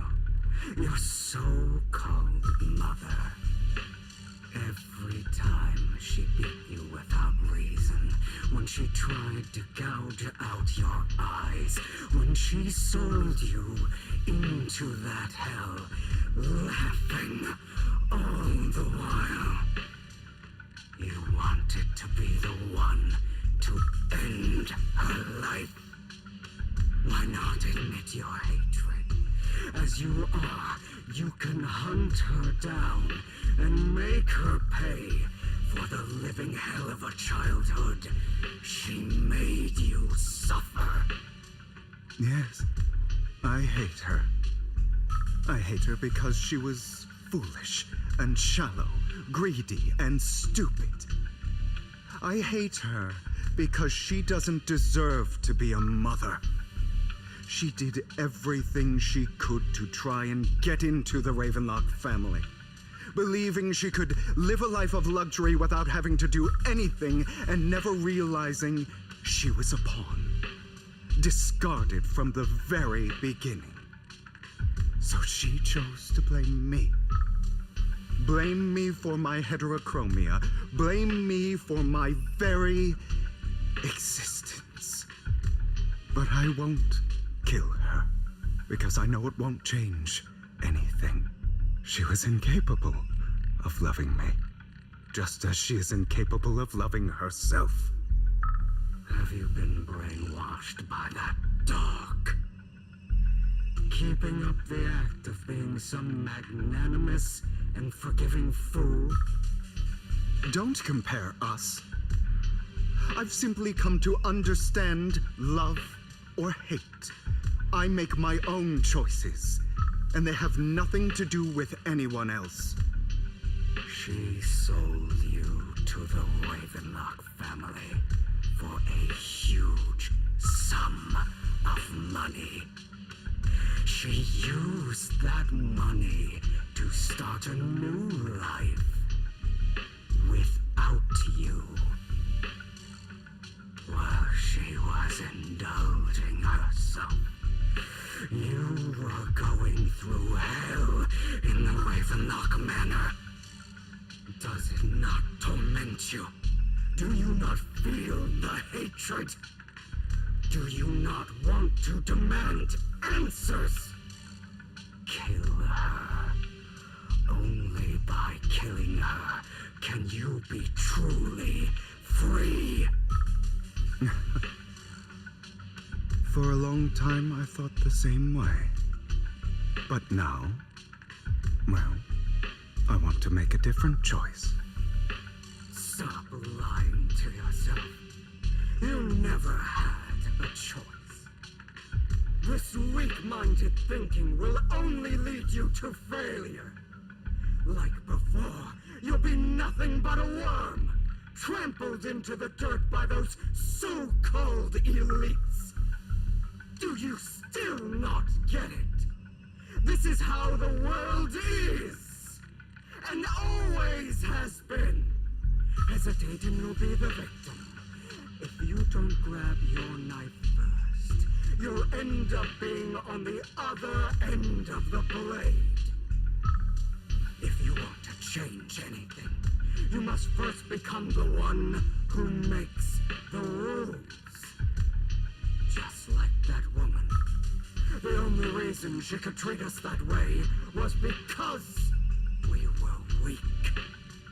So listen to me.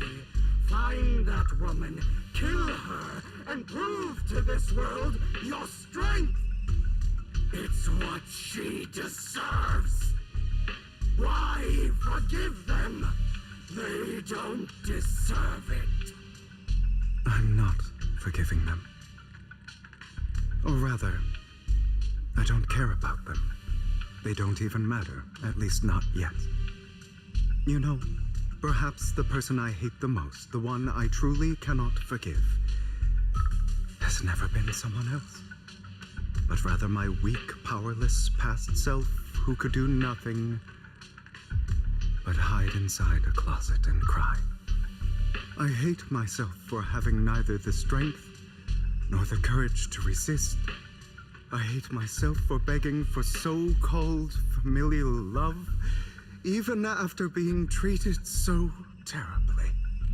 I hate that despite the pain of my wounds, I still hope to receive the carrot and not the stick. And that means you, correct? So, I forgive you. I forgive myself.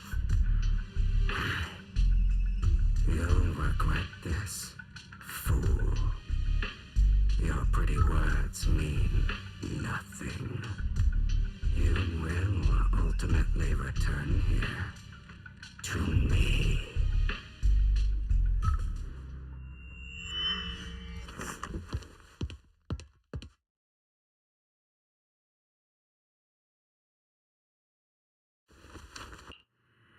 I see. This is still an illusion. I wonder who's going to show up this time.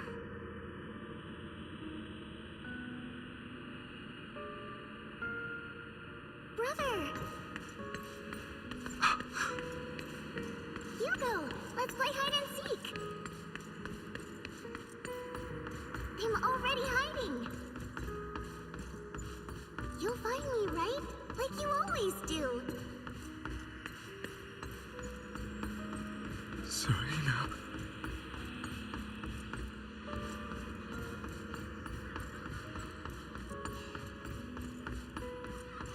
You're looking in the wrong place. I found an even better hiding spot this time. Harder to find than any place you showed me.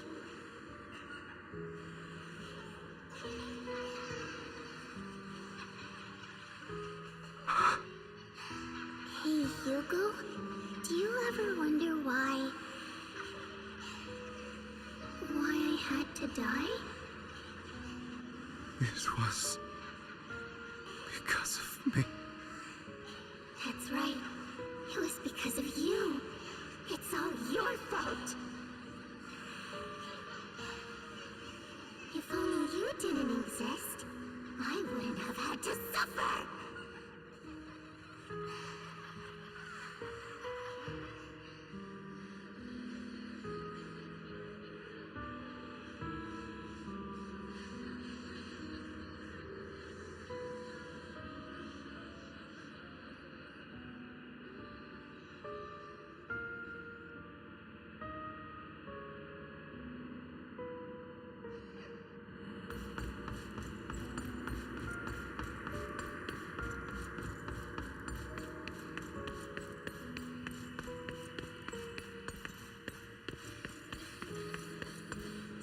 looking in the wrong spot.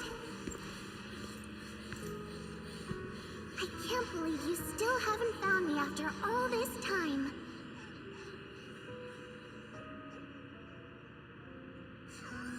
Have you forgotten about me?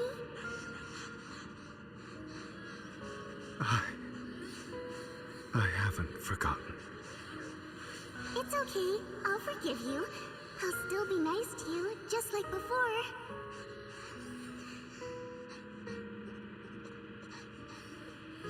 I was the only one who was ever nice to you, wasn't I? Yes. Then tell me, why do good people always suffer? Why is kindness always punished instead? Tell me, Hugo, why?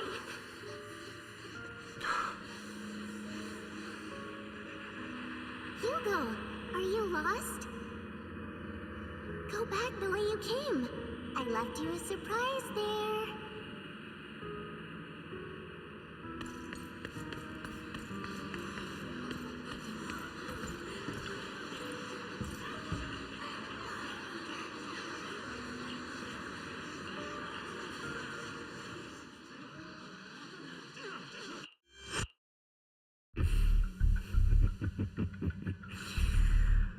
I told you that you would eventually return.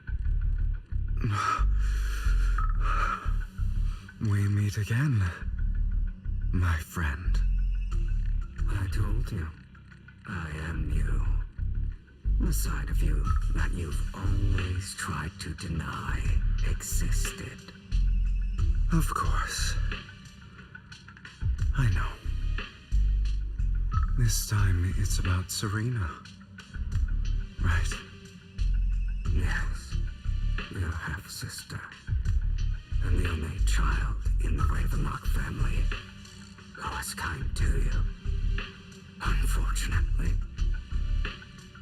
it was her kindness that led to her untimely death. It was my fault. I don't like the way you blame yourself, because that means I'm to blame as well. And I don't think I did anything wrong. Your mother sold you to the Ravenlocks.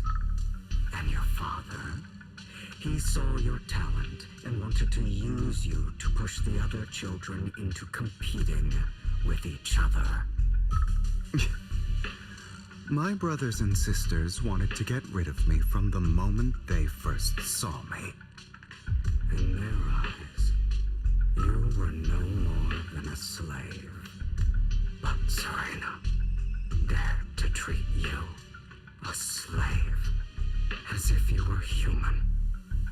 And so, she was fated to die. They tried to kill me many times, but I was careful. And they did not succeed. So they killed Serena, who was weaker, an easier target, and pinned everything on you. Serena died in your place. Those cruel brats thought that by reporting this to Father, they could use it to get rid of you, a rival who threatened their positions. Yet, not only did Father not blame you for the incident, he praised you for it. In this world, only the ruthless, cruel, and merciless can stand at the top. And that's exactly what you managed to live up to, no?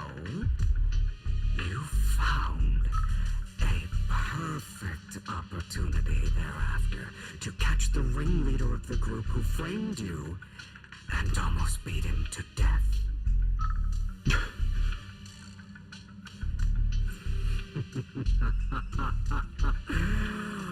Oh, you should have seen the expression on your face back then. Oh, crazed and manic with utmost delight. I don't remember that.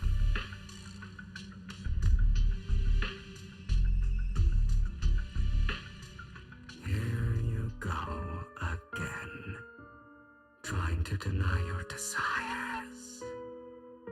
Deep down inside, you've always wondered, asking yourself why these evil people never got the punishment they deserved. Why the world is so unfair. Don't you want to rip them to shreds? Just like that day when you beat that boy's face into the dirt until he was barely recognizable. His disgusting blood staining your fists. Recall your exhilaration, your cathartic release of rage, that outpour of hatred.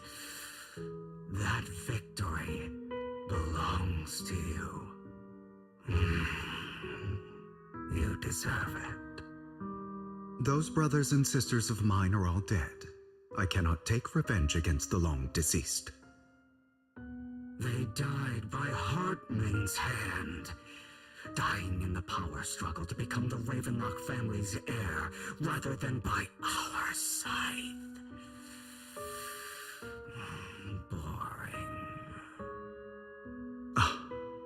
Boring. I find it hilariously ironic. Children who would murder their own kin for scraps of power dead at the hand of their uncle who followed their example. Is that not karma? Power struggles pitting kin against each other, betrayal, suspicion, and hatred between people of the same blood. It's like a curse, written into the Ravenlock family's genes. Laughably stupid. Don't forget, my dear, that the same blood flows through your veins.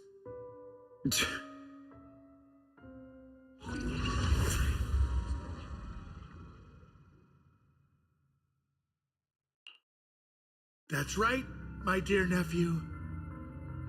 No matter how much you deny it, the blood of the Ravenlock family flows through your veins. Survival of the fittest. Only the strongest deserve to live. Only the strongest deserve to rule. This is the path of success that has led the Ravenlock family to victory countless times. A blessing and a curse etched into your flesh and blood. As long as you live, you'll never escape the mark of family. You are destined to one day become someone like me, like your father.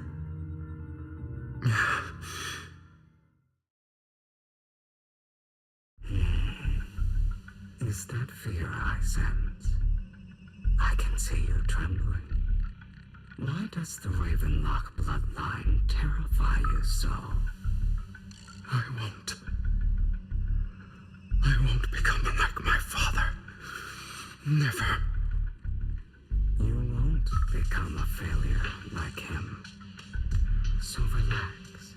Our power eclipses him, and so does our ambition. So, do not deny your own desires. Do not resist your own ambition. This is the talent you were born with. The best gift fate has ever given you. Admit it. Deep within your heart lies a spark, yearning to ignite a raging inferno that will burn everything down. And I am that spark.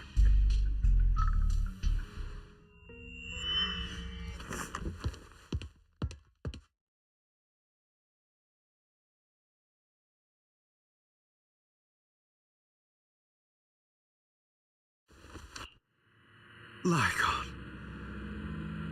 Never thought I'd be this genuinely thankful to see you.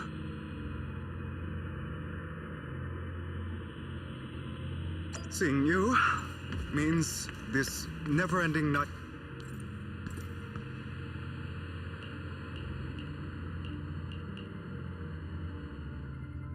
I don't want to hear something like that from you.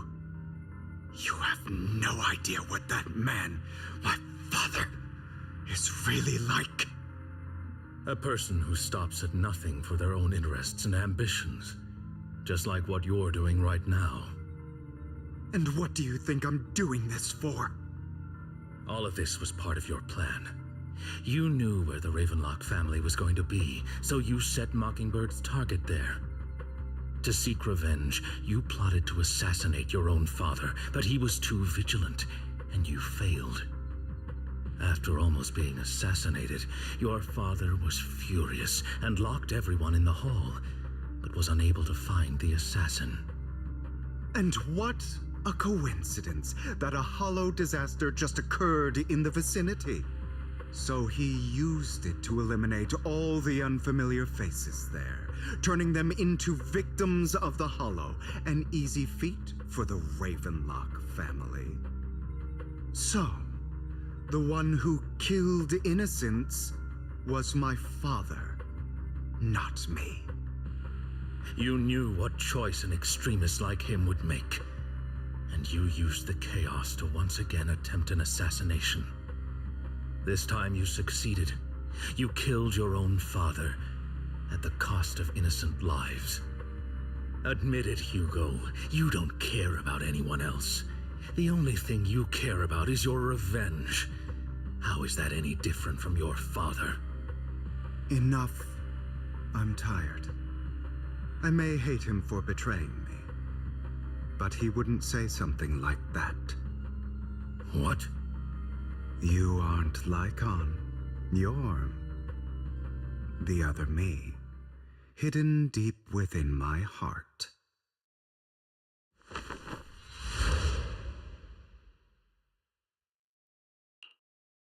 I've been waiting for you, my dear. It seems you've already grown accustomed to this place, even turning the tables on me. Just as you said, you are me, and I am you. There's no such thing as having an advantage over oneself. We are ultimately one and the same, forever inseparable. Then you should know what I want to say. When you and Lycon split, you didn't even try to clear up the misunderstanding, didn't deny or argue against what he said. Because you realized that deep down, he was right about you. You just hadn't acted on it yet. Some people live only to bring more suffering into this world. Sometimes murder is what brings justice back into this world. For that, I must stain these hands in blood. That's right. Just like what you said before you faked your death. Were those words really just an act? To slay the dragon, you must first become one with sharp claws, rending fangs, and strength enough to destroy anything. You know the truth better than anyone. If you hadn't hesitated, and instead seized the first opportunity to kill your father, none of what followed would have happened. Innocent civilians wouldn't have died. Your partner wouldn't have lost an eye and both legs trying to save people. And Mockingbird would have never gotten to that point. You can save more people. Save good people. Save more lives than the evil ones you take. I've spent countless hours in regret over that incident. So why not submit to your true nature? You want to be the judge, jury, and executioner of this world. And you can. I wasn't responsible for Father's death. The true mastermind is my uncle, Hartman. His schemes to kill the head of the family were all so he could take control. Mockingbird was simply unlucky enough to get caught up in it. So, for a behemoth like the Ravenlock family, with its roots so deep, a single person's death, regardless of who that person is, wouldn't change anything. Of course, whether it's Tops, the Mayflower family, or even the entire world, it's actually all the same. I refuse to be dragged down by pointless hatred any longer. You foolish, stubborn idiot. Do you understand the power of hatred? Have we not come this far precisely because of it? Or are you going to follow Lycon and Jack's twisted logic? Come on. You don't actually trust anyone? Otherwise, why would you hide this whole scheme of faking your death from them?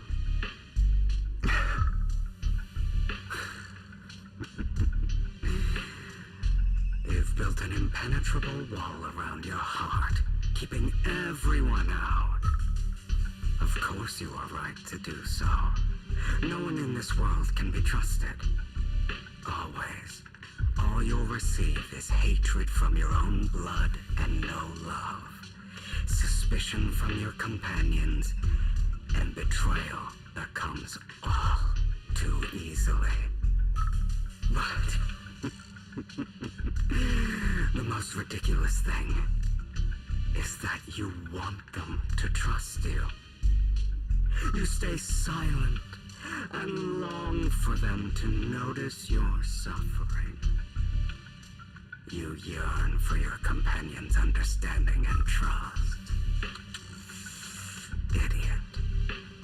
That's why you are incapable of exploiting them for your own ends. You care about their safety even more than your own. But remember, only the weak need companions. And we are children born from hatred. We are different from them. I will never be like them. And I don't need to be. Come. Let me show you what powers we can wield. But you are me. And I'll never lose to myself.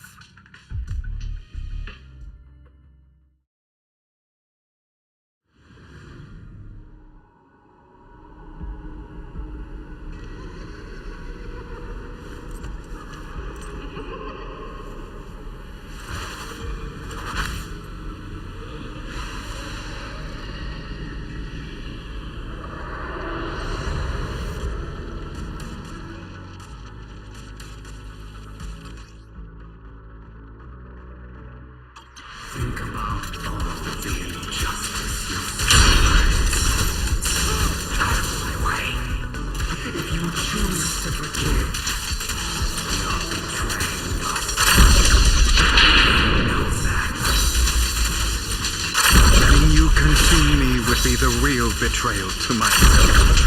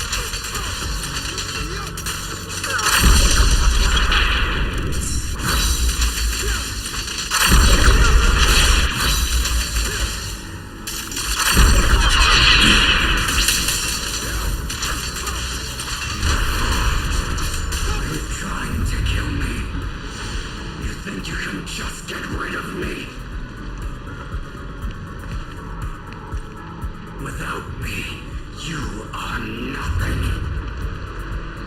For what it's worth, thank you. Don't be afraid. You and I are inseparable. You're part of me, just as I am part of you. Fancy words won't change anything.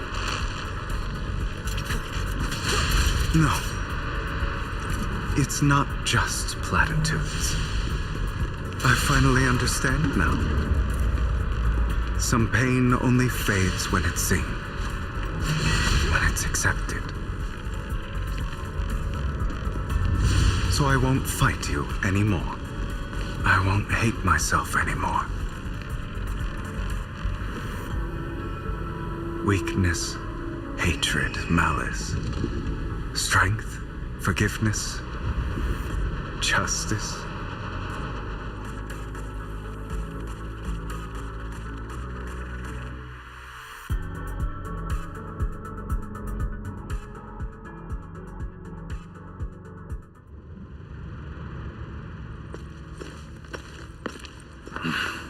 Hugo, it's time.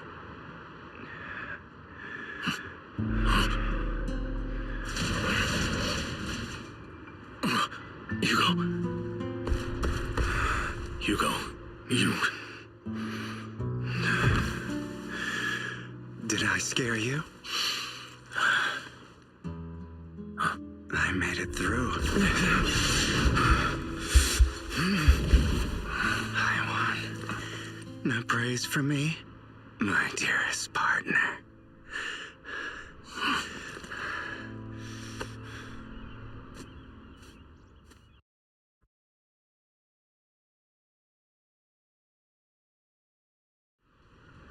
This is just like what I saw in my dream. Ah, my former partner.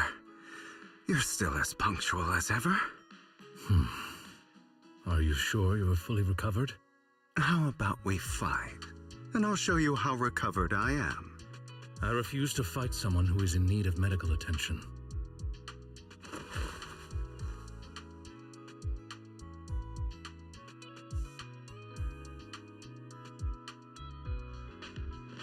How thoughtful. I'm touched. Or perhaps is this simply part of Victoria Housekeeping's professional care? I'd rather you not starve to death.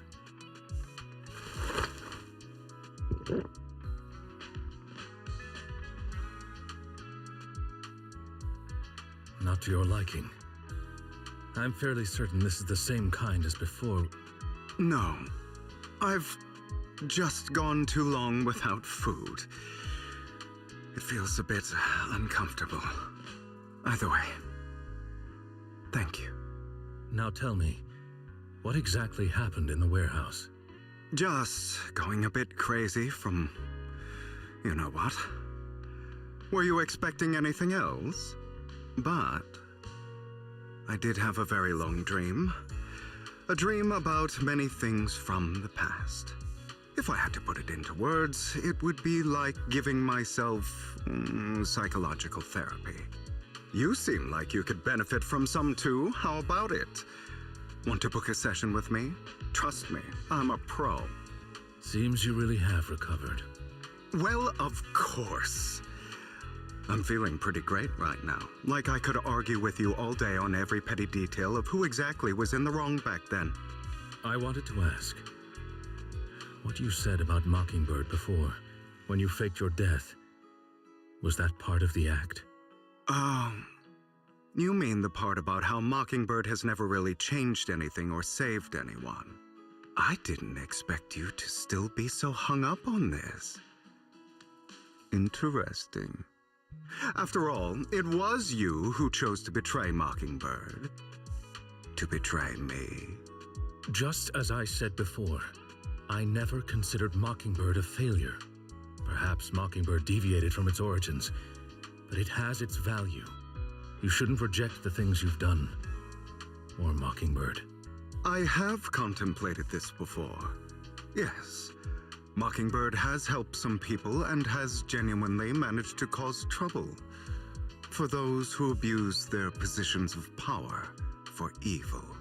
Yet those in high positions still possess immense resources, and the people we helped remain destitute and suffering, willing to become slaves to those in power for scraps. But just as you said, even if what we did was childishly idealistic and flawed, as little as we actually achieved, even the slightest change is by no means meaningless. Nothing holds more value to me than Mockingbird.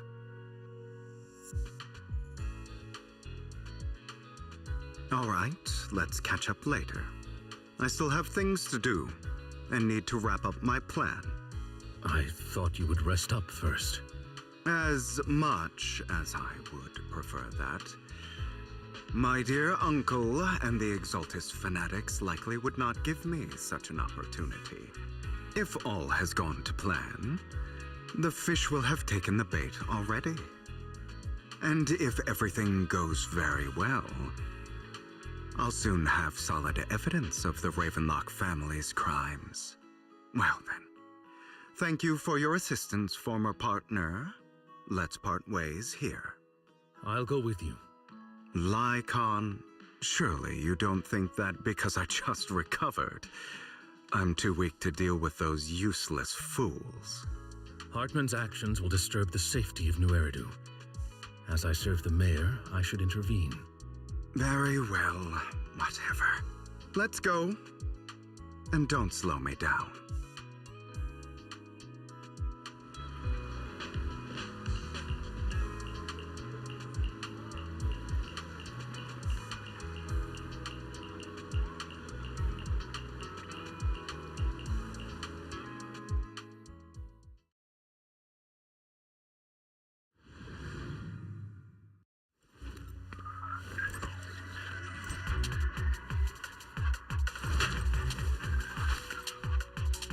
I'm sure you've heard about the missing workers from companies under the Ravenlock family, too.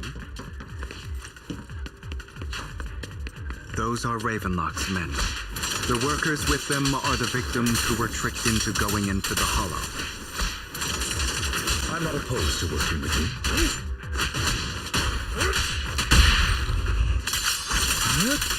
Come on, let's get them out of here.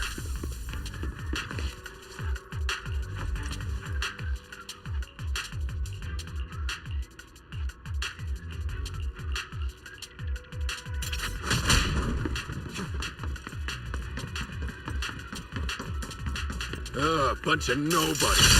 Annoying as hell. Kill them! You're welcome to try.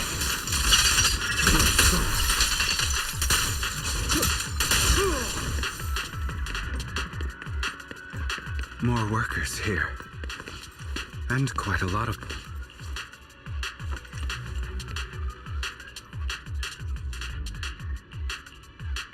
Is Hartman behind this, too? Of course.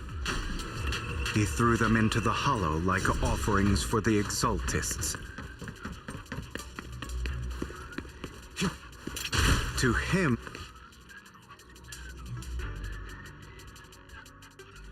There's more over there. Let's hurry. It's different this time. Don't rush in. Let's listen in on what they're saying first. I still need more direct evidence to ensure the plan is absolutely foolproof.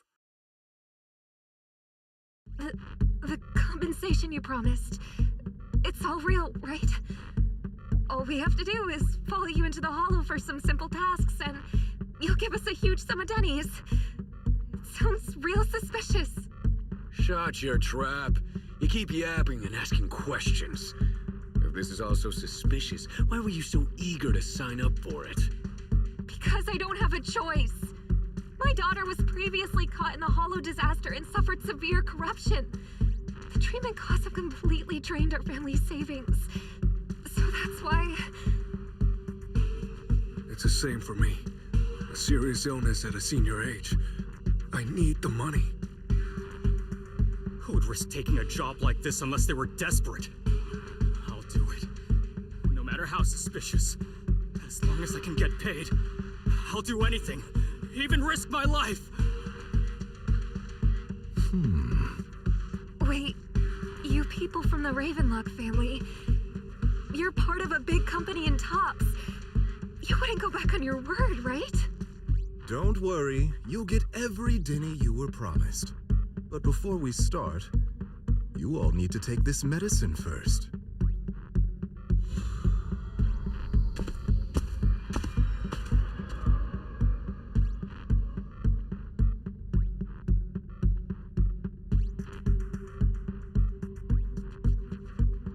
Bro, should we really be doing this already? These workers keep talking. We're wasting time like this. And the sooner they take it, the sooner it'll be over. Consider it an early release for them. What? You didn't say anything about having to take pills before. Look, this is good stuff, all right? It'll increase your ether aptitude.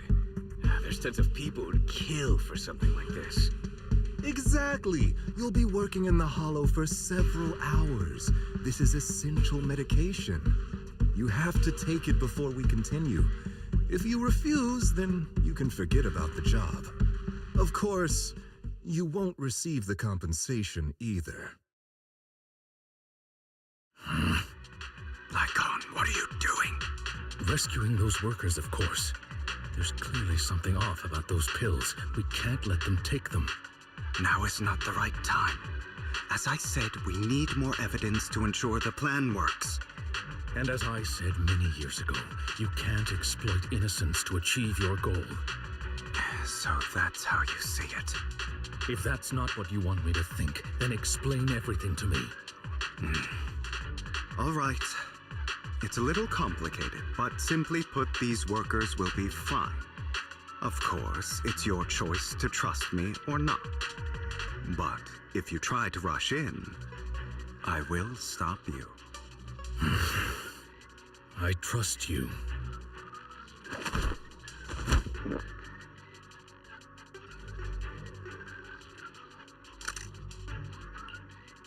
All right. That's the evidence. Now we can go and beat them into the ground as much as you want. Don't forget, you owe me an explanation. Also, don't overdo it and kill them. Even if they're the worst of the Ravenlock family. All right, Your Holiness, Saint Lycon. Who the hell are you? Why don't you take a guess? We're the ones here to stop you. Your legs? How are they? To be honest, I think I prefer the way you used to fight.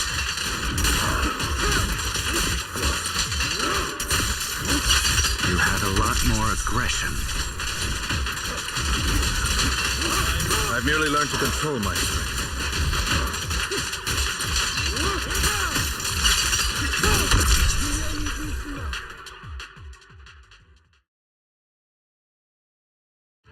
Damn it! Who the hell are you? How dare you mess with the Ravenlock family? Ravenlock. Savor the name while you can, for it will soon cease to exist. What's that supposed to mean? It means exactly what I said. I think this might be good for you. Sever your ties while you can. You still have a chance to walk your own path. The family's honor comes above all else. Is that really what you think? I saw the compassion on your face just now. You're not from the main family, right? That's why you were assigned to these trivial tasks. But in reality, there's no need for you to keep playing this boring game for them.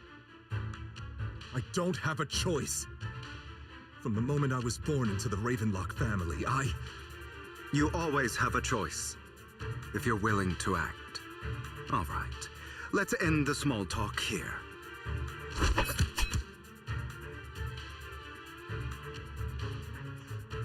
Don't worry, Lycon. I didn't hit them too hard, just enough to keep them quiet. How's that? My acting's pretty good, right?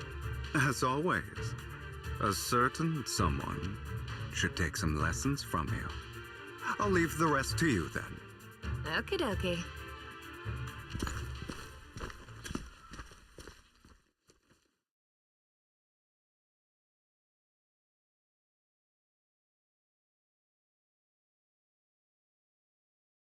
Okay, now can you tell me exactly what's going on here?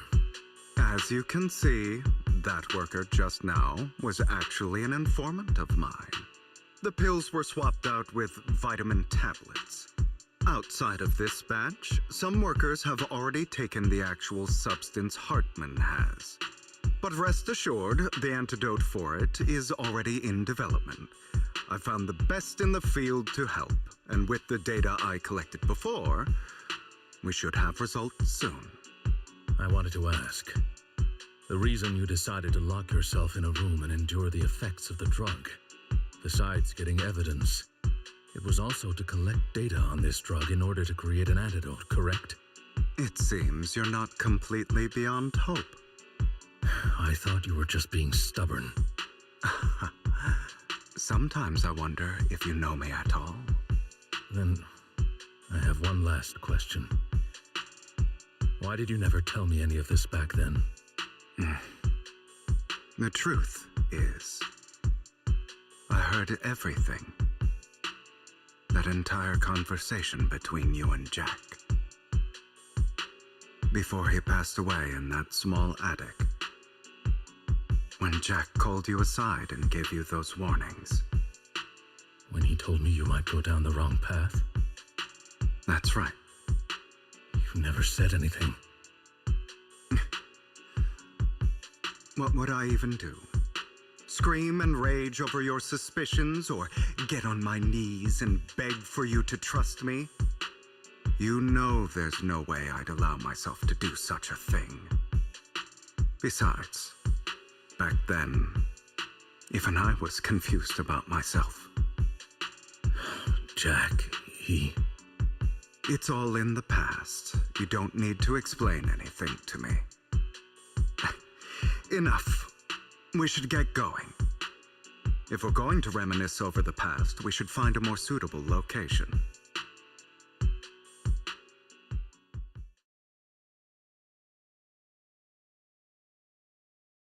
Lycon, that incident back then, I didn't do it. It was a scheme Hartman devised to take over the family.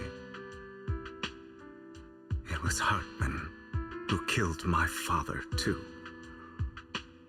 I only discovered the truth long after the fact.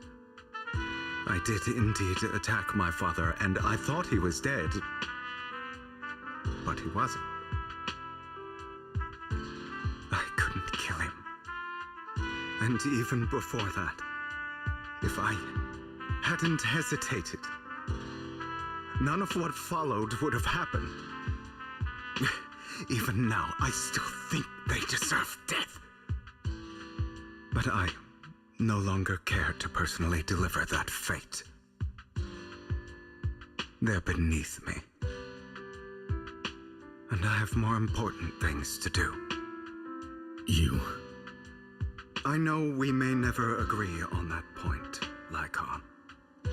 I once wanted to fight against those ugly truths that defined me, but I discovered that the more I rejected them, the more painful it became.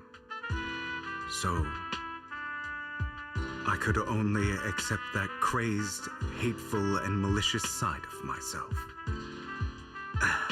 As long as I know I will never become like my father, like Hartman, that is enough for me. You've changed. But I think that might be a good thing. Don't patronize me. You've changed a lot too, compared to before. I still disagree with Jack's words, and I won't forgive your betrayal. I will walk the path I believe is right, even if I must tread over thorns and through the mud. But I will also allow you to walk your own path. Lycon. Should I say thank you? You're welcome. Come to think of it, we haven't talked about your legs and eye. It was just an accident, not your fault. I'm doing well now. I hope you are too. On the contrary, perhaps I should be the one apologizing. I misjudged you. I used to think you wanted power, that everything you did was for your own ambitions. I thought you wanted the power to pass judgment on all in this world like a god. I am a god. I am my own god. Or you could say that in this world, everyone is their own god. There are many things that we are powerless to change. But there are also many choices we can make. Just as I said before, I am the only one who can kill me or save me. I'm glad you think that way. Let's go. I still have one last thing to do. To witness the end of Ravenlock.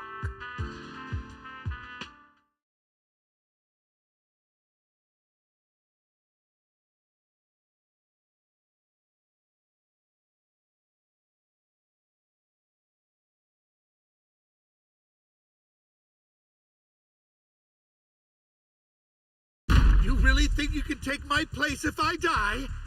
Never, you filthy bastard! Your little tricks mean nothing. As long as the Ravenlock family stands, I can still get back on my feet. You still don't get it, do you? This was never about avenging my father. And I don't care about taking your place. I didn't come this far just to kill you. That'd be pathetic. Right on cue. Why don't you take a look at this, Uncle? On behalf of TOPS, I'd like to clarify that we had no involvement in the Ravenlock family's actions. TOPS is officially terminating all partnerships with the Ravenlock family, effective immediately. We will have no further affiliation with them. Are you crazy? What the hell do you get out of ruining the Ravenlocks? You want to be a petty thief forever? Thief? Oh, Uncle. Allow me to reintroduce myself. I'm the name people whisper about. The one who robs the rich and gives to the poor. I'm the master con artist who can fool anyone, anytime. I'm the leader of Mockingbird. The one who turns every headline into my own stage. I have friends who'd catch me if I fall, partners who'd shed tears for me, and allies who always have my back. I am Hugo Vlad. You're the one who needs the Ravenlock name. I never did. You ungrateful bastard! You should have never been born. You flatter me. Same goes for you, Uncle.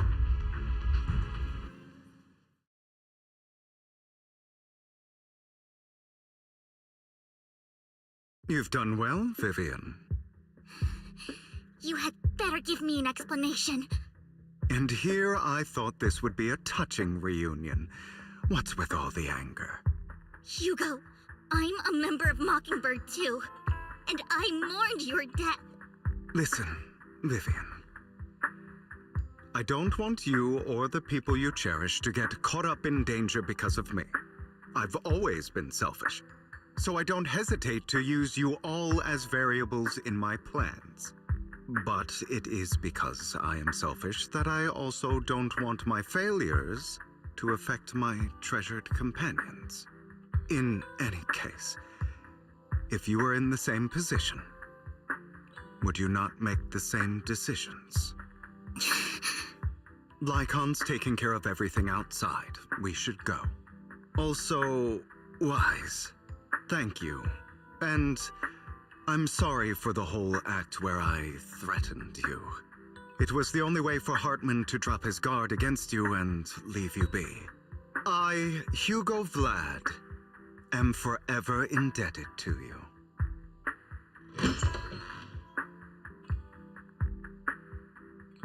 Master Proxy, although it is late, there is some important intel that I must give you now.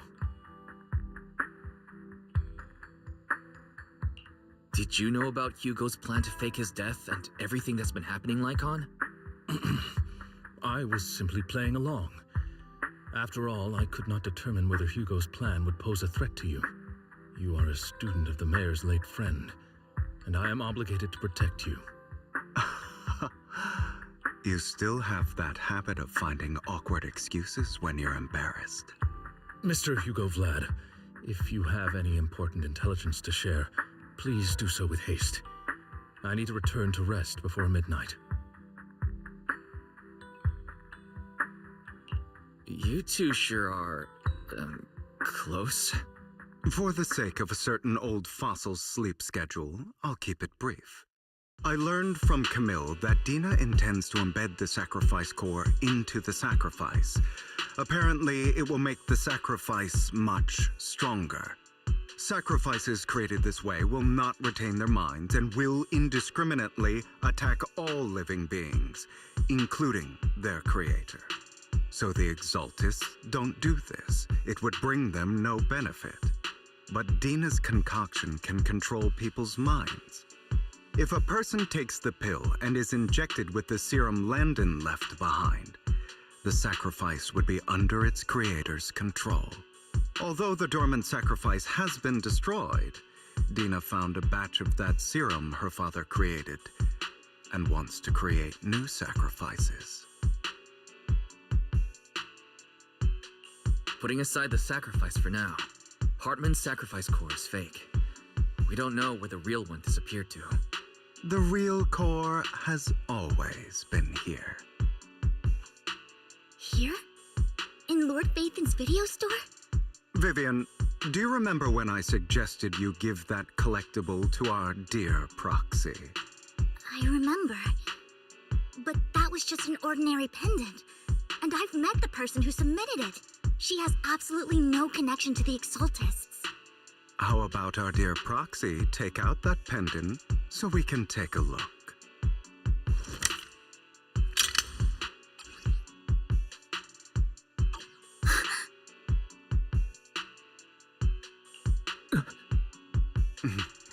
I'll take your surprised expressions as a compliment for my little trick.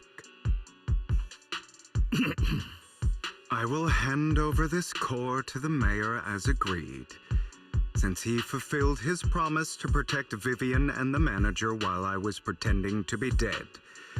I won't go back on my promises. No wonder the mayor would promote rhetoric favorable to Mockingbird.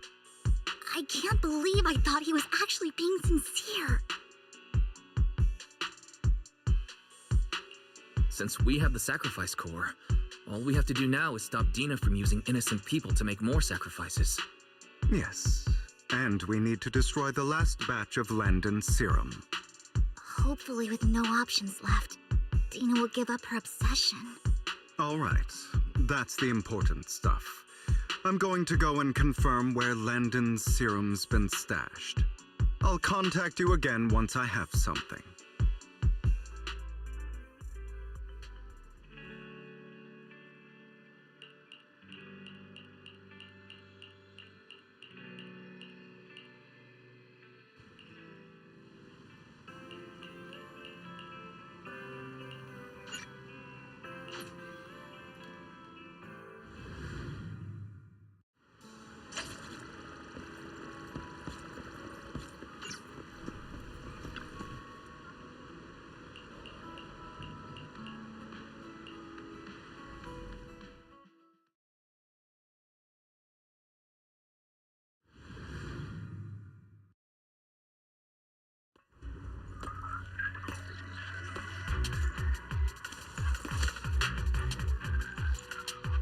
Landon's stash should be somewhere nearby. I did some digging. Some of the missing workers were brought here too.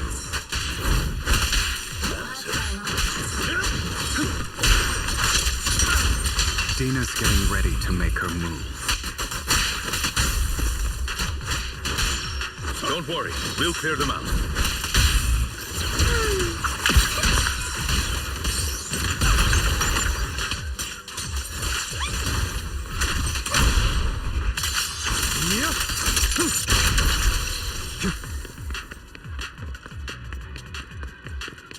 They're trying to destroy the goods! Stop them!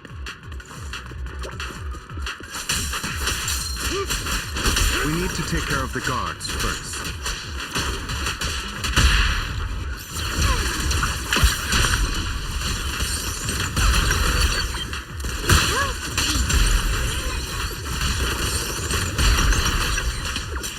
Say no more.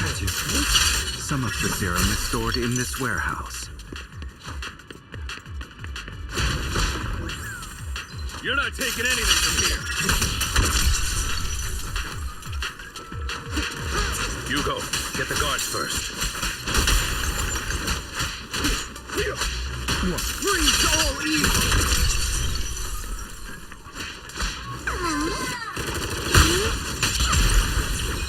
You just stepped into your own grave!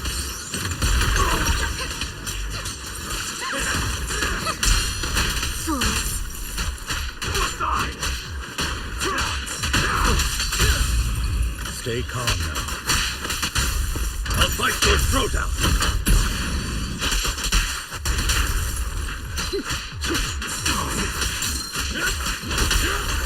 Don't really know. Hit my first turd in little pig. The truth is a beloved friend. A deep clean. Move it! Prepare to kneel before.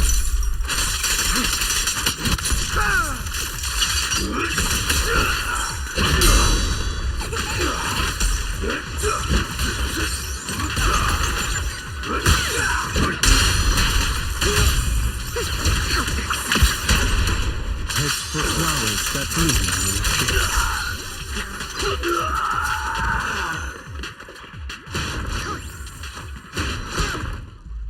More of Landon's serum survives than expected.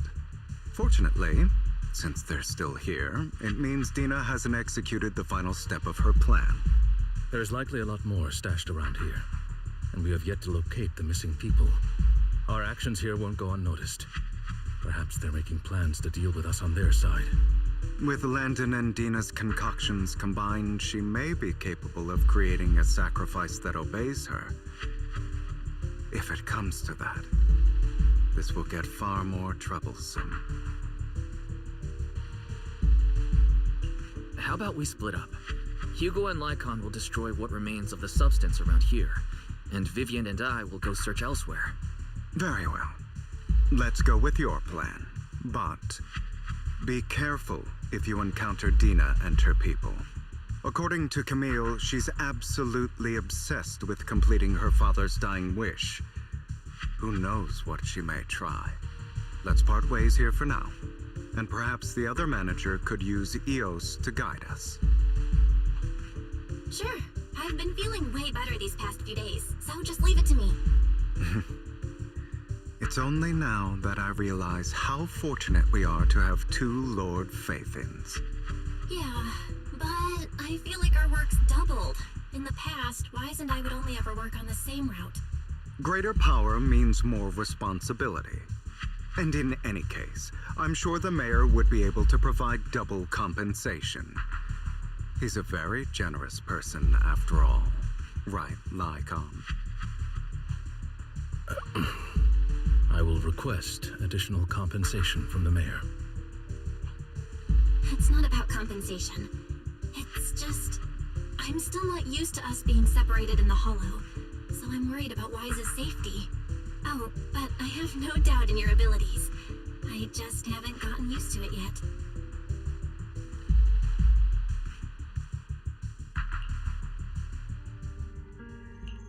This is the future I saw, Lord Pathan.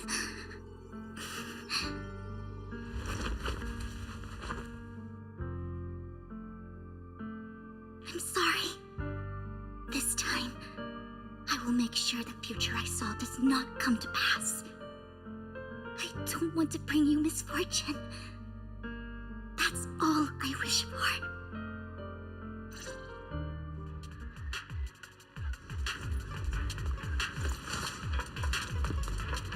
Leave this to me, Lord Bacon.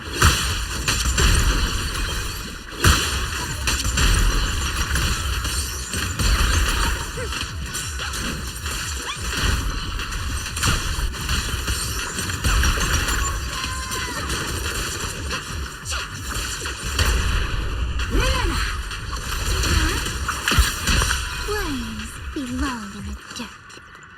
Lord Phaethon, there might be more serum here. How dare you steal from Lady Dina! I'll try to go easy on you. No promises. Notice me, Lord.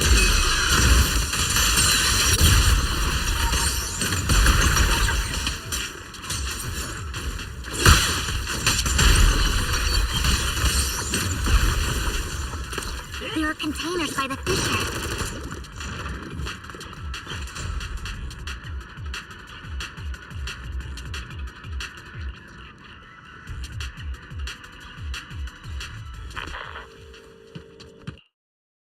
It must have been tough for you to find this place. Vivian, if you had stayed out of it, I wouldn't be so eager to get rid of you. Those people have been taken to safety. You're all out of options. They're just mere test subjects. So what if they get away? There will always be people consumed by greed, and therefore, they will come willingly to me. In any case, what are a few sacrifices in comparison to the completion of Father's grand ambition? Dina, you deceived those people. They didn't come willingly to you. You tricked them, just like Landon did back then. Deceived? Father gave hope to those who had everything taken from them by the Hollows. Vivian, you once rejoiced at the hope Father offered you, too. Before Father took you in, you were no more than an omen of disaster that no one wanted. It was Father who gave you shelter and a purpose for existing. Do you remember the first time you bestowed a blessing under Father's guidance? How did you feel when that person looked at you with adoration and gratefulness? That was the first time you felt hope. Like your existence had a purpose, right? Don't forget that it was Father who, through what you call deception, gave you hope. And you, what have you done? You basked in Father's attention and everyone's adoration, only to destroy everything. Do you think that by leaving the Exaltists, those people will live better lives? Of course not. Those who suffered under the Hollows will only continue on as walking corpses, without the hope Father gave them. Do you really think you're some sort of savior, Vivian? In the end, you're just an ungrateful brat who brings misfortune to those around her. It was you who destroyed everyone's hope. Not everyone wants to live in false hope, Dina. You say it's because of greed that people willingly become your sacrifices. Perhaps those people aren't entirely virtuous. But that greed is just wanting to live a better life beyond the Hollows.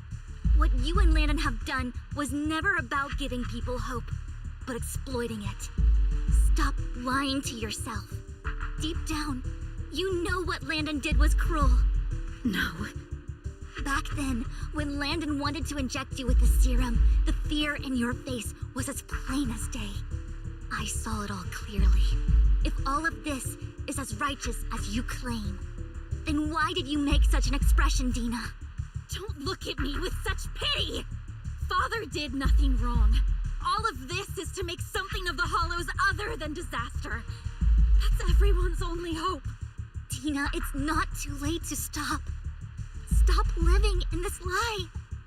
You know what would would happen if a sacrifice loses control and escapes the Hollow? It's not the Hollows that are to blame for those people's deaths, but the hope you keep talking about. That will cause more despair and claim more lives. That is merely the necessary sacrifice to accomplish a greater goal. No one deserves to be a sacrifice. Your hypocritical magnanimity disgusts me. I can always go and get more test subjects if they've escaped. And I will be able to replicate Father's serum with enough time.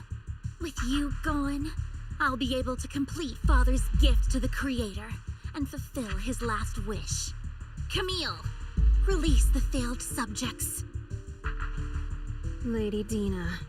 Camille, are you going to do what you did before? You keep saying you'll follow the Creator, but it's all lies. Lady Dina, the Hollows took my family from me. I understand that there's no way to get back what I've lost. It was Lord Landon who told me that the Creator would guide me. One day, Hollows will no longer be disasters. Everyone will be able to survive inside them. I look forward to the day when this hope becomes reality. I watched you grow up, and I know that you've always looked up to your father. He gives you hope, and I destroyed that hope with my own hands. I know the pain of loss, so I've always felt guilty. I want to atone for the hope I destroyed. But Dina, I don't want to ruin more lives, and I don't want to continue watching you destroy yourself. Vivian is right. Not everyone wants to live in false hope. So, please, stop. Camille, are you abandoning me too? I'm not abandoning you. I just don't want to see you go past the point of no return. The point of no return? I passed that point ages ago. No, Dina. You can still turn back. I'll be your way back. Where are you going, Camille? I made a deal with Hugo and the mayor. If someone needs to take the fall for this, let it be me. I did it. All of it. I've been forcing Landon's only daughter, Dina, to research how to create sacrifices. I colluded with the Ravenlock family for my own gain. Everything Dina did was under duress. Since I've kept her captive for so long, she doesn't have the skills to survive as an independent member of society. She'll need a caretaker and teacher. Someone who will look after her and educate her. No! I refuse, Camille! I refuse to accept this! Dina, I'm going to dispose of those failed subjects. I won't allow it! You'll die! I won't allow it! You can't leave me. I command you! You've always followed my orders, and you will follow them now! It wasn't your orders that I've been following. My younger sister, who was stolen from me by the Hollows, also had such beautiful red hair.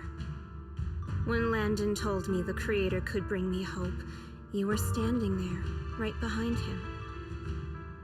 I was certain, then and there, that this was the hope the Creator had given me.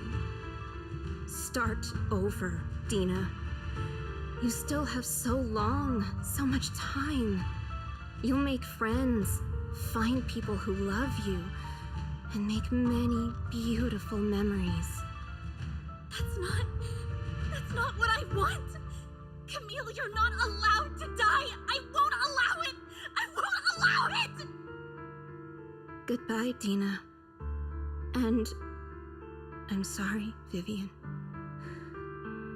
I'll leave the rest to you. Let's take out these ethereals first. We can't let Camille's efforts go to waste.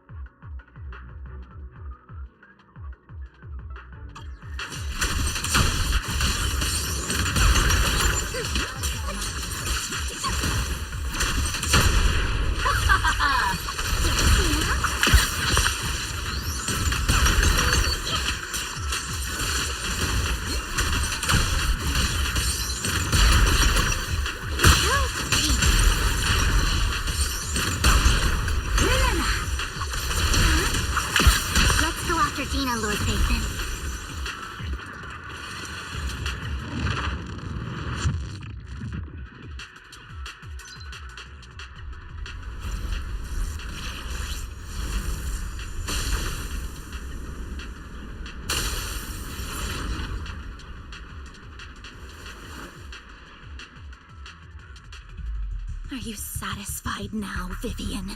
You were the one who brought yourself to this point. You're saying this is all my fault. Losing my father, losing Camille. I wish you had never come into my life. At first, when Father brought you home, I was happy. There are so many Exaltists, yet Father never allowed me to get too close with any of them. I never had any friends either. But when Father brought you back, he told me to take good care of you, that you were my first friend.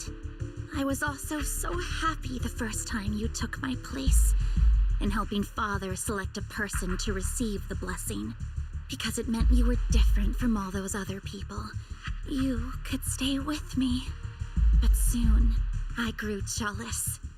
You took the attention that should have belonged to me. You even took Father's love from me. It's only because of my ability that Landon... I know, but... Vivian, jealousy is something you cannot control. Of course, the same goes for fear and hatred. I was terrified that one day you would look at me and shed tears. I knew if that day ever came, Father would not hesitate to force the blessing upon me. And when that day did come, I hated you for causing my father's death.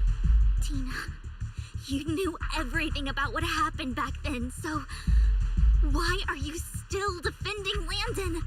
And why didn't you tell me back then? If I had known earlier, maybe I could have found a way. Because it's the only thing that makes me more special than you, no? It proves I had Father's trust. I was more useful to him. Vivian, you said you wandered without a home ever since you were young, hated by anyone you encountered. You were happy to gain recognition from everyone and help Father when you were among the Exaltists. But in the end, you discovered you were being used, so you felt betrayed and hurt. Then, what about me? All I ever had was my father. I've never known a life outside of the Exaltists. Ever since I was young, my only purpose was to help Father select who was to be blessed. The only purpose I had was my father and the Exaltists. I've never been taught anything else, Vivian. It is what little value I have, and have ever had. In the end, you took even that from me, and completely destroyed it. You think you're doing good and fighting evil. You've only managed to affect a small part of your world. But have you ever wondered if maybe that's all there is to my world? I never wanted to hurt you. You were also my first friend. And that's why I wanted to save you back then. Save me? You and Camille all talk about saving me. Why don't you understand? To me, loss is so much more painful than death. Tina, you can start over. Everything Camille did was so you could live on. Let's leave the Hollow together. There are so many amazing places in New Eridu. This time, I'll take care of you. I've also met so many amazing people. I'm sure they'll love you too. Okay, Tina? Vivian, I can't forgive you. And I don't want to forgive you. I have nothing left. If what little hatred I do still harbor were taken from me, well, I refuse to be so pitiful. I won't apologize, Vivian.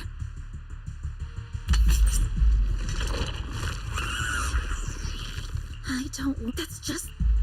Vivian, I will keep hating you. I will take all who are precious to you. I will also hate Camille, so I won't do as she wished and start a new life. Vivian, if you had never existed, if I had never, you would be... Ethan, please do not interfere. She was my first friend. I'm going to bid her farewell.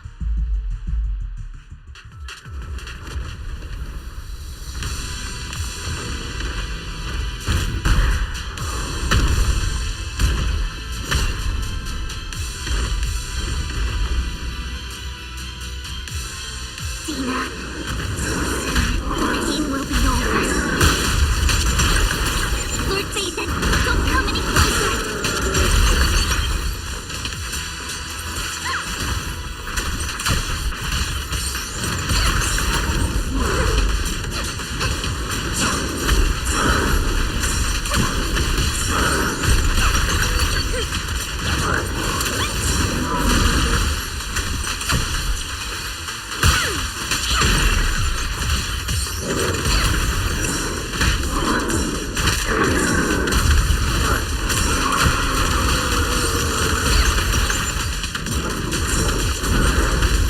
Who dares get between me and Lord Satan?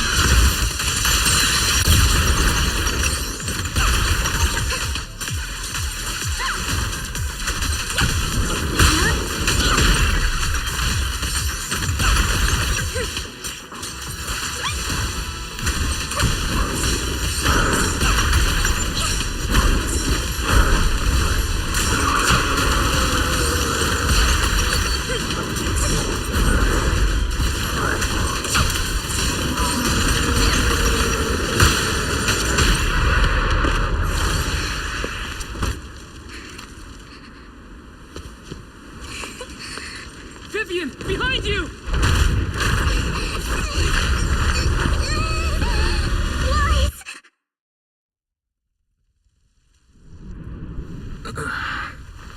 What happened?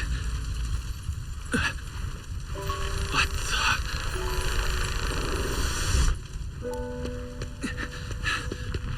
Vivian! Lies, don't come near me. This is my own choice.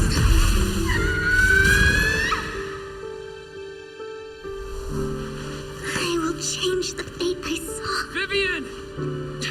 I just want you to remember me when I looked my best. Vivian! Careful. Vivian, your body. I'm sorry you had to see me like this, but I don't want to be the one that only brings misfortune anymore. No. There's got to be another way. It's so warm, and the night is beautiful. Vivian?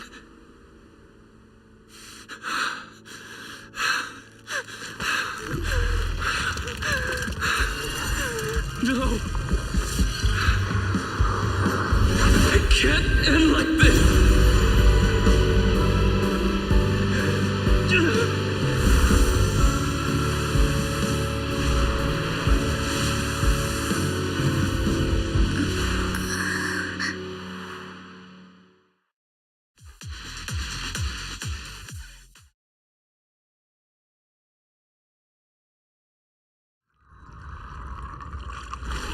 Wise.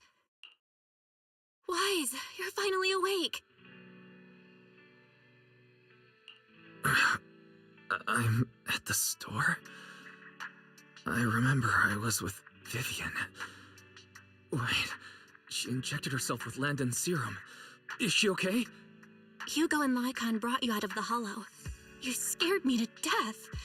Thank goodness you woke up. And you said Vivian used the serum on herself? But she looked fine to me, bar a couple of scratches. Hugo sent me a message earlier saying he got her checked over and she was all right. Do you remember what happened?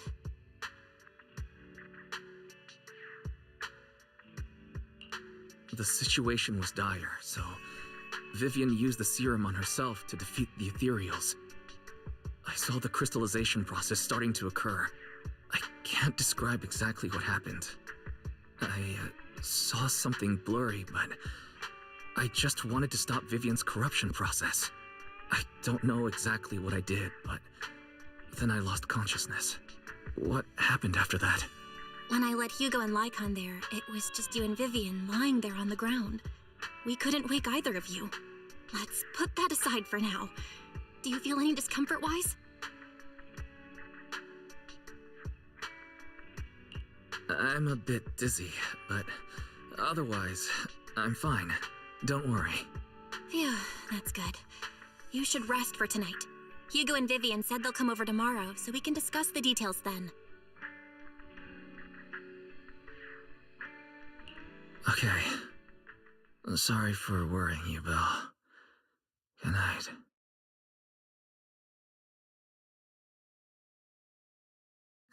Lord Phaethon! How are you feeling? No headaches? Leg pains? Heart palpitations? Loss of appetite? Vivian? I was just so worried. Sorry. Anyway, Lord Phaethon, I'm so glad you're okay. What happened this time was all my fault. Things were dire, and you did what you had to. Plus, if it weren't for you, we wouldn't be here now. So what happened? Wise said he saw the crystallization process start, but I didn't see anything through EOS. Hugo? Lycon? Did either of you guys see it? Allow me to explain.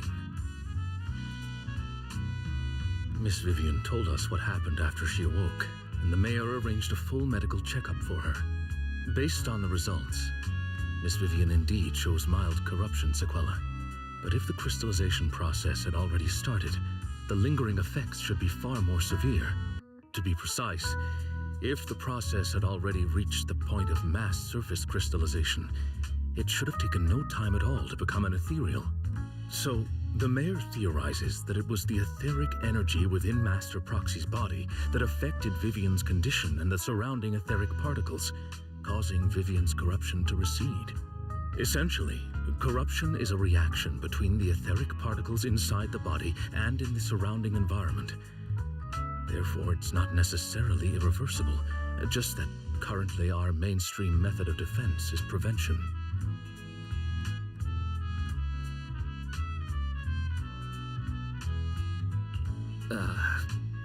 I'm having a hard time believing that, even if it's coming from you, Lycon. It's almost like you're claiming I can manipulate etheric energy. Master Proxy, you are special. This is a gift your teacher left you.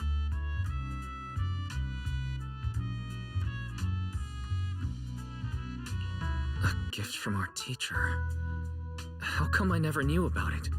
I don't know all the details, so I cannot explain everything to you. My apologies. However, Miss Yixuan might be able to answer some of your questions.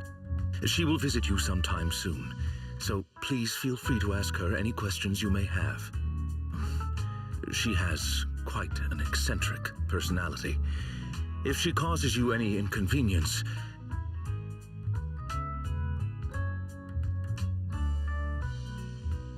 Can I file a complaint about her with you if she does?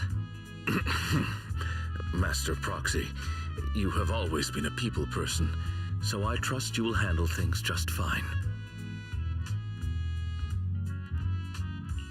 The way you said that just makes me more worried. In any case, the mayor has asked me to give everyone his most sincere gratitude. Unfortunately, the mayor could not come personally, but has promised everyone a favor. Provided it's within his means, he will offer his unconditional assistance once. There is no time limit on this favor. Unconditional, What if I wanted his position as mayor? If that is what you desire, then the mayor and his subordinates will be first in line to vote for you in the next election. As for the other votes, you'll have to work for them on your own. But should you assume office, I hope you take full responsibility for handling all day-to-day matters and lead by example. By sheer happenstance, the mayor has provided you with a copy of his current assignment, the City Waste Sorting and Processing proposal. Old fox. Well, can I request Lord Phaethon's? The mayor imagined you might ask. I have prepared all the necessary documents, and the ceremony expenses will be covered by the mayor as a gift. As long as Master Proxy agrees, we can sign and process the documents immediately. But this matter requires mutual consent and cannot involve coercion, confinement, or one party's lack of consciousness. Stop! I would never do that to Lord Phaethon! Probably. At least not today. As for you, Master Proxies, the mayor has some sense of what you desire. That said, he hopes you might speak with Miss Yixuan first before you decide the timing of that favor.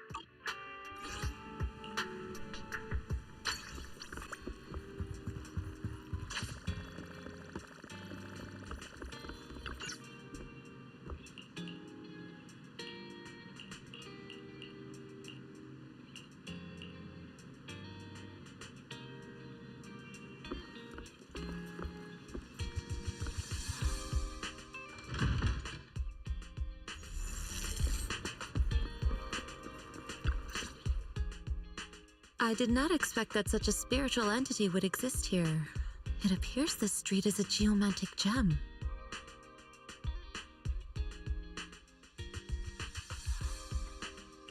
A spiritual entity?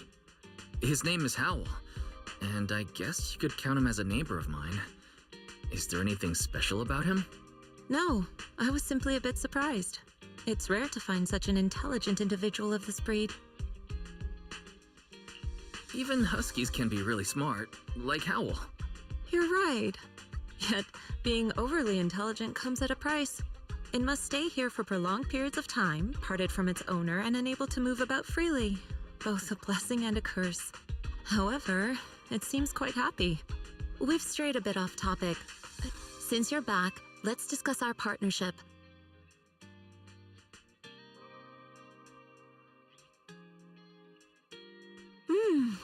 Nice job. Good air circulation, excellent layout. Very suitable for a business. Your bamboo here are also very energetic. It seems your fortune is good when it comes to wealth. Huh. You even know feng shui? I'm happy to hear that. But who exactly are you? I suppose this is our first official meeting since parting ways in the Hollow. Now that both of you are present, allow me to reintroduce myself. My name is Yixuan, a mystic from Yunquei Summit. Mystic? Like those people in movies who can tell your fortune and go around blessing people? This is my first time meeting one in real life. But what's Yunquei Summit? Any details you can give? Just an ordinary sect of the mystic arts. Our disciples travel all across New Eridu and sometimes collaborate with authorities. Currently, I'm affiliated with the Hollow Investigative Association. Right now, however, I'm here to discuss a partnership in the name of the Mayflowers.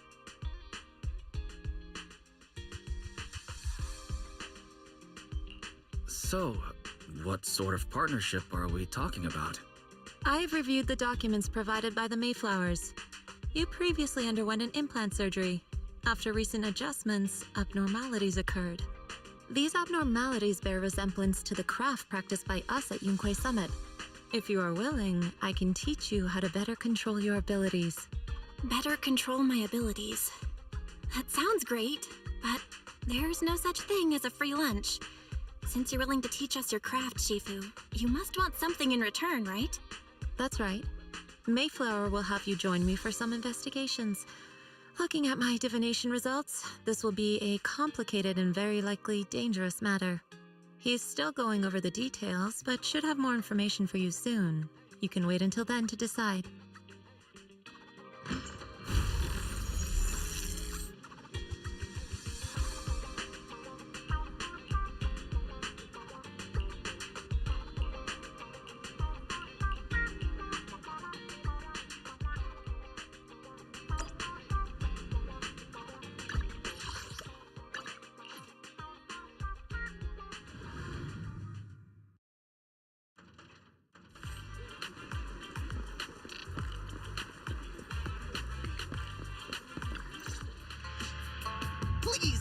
check my fortune!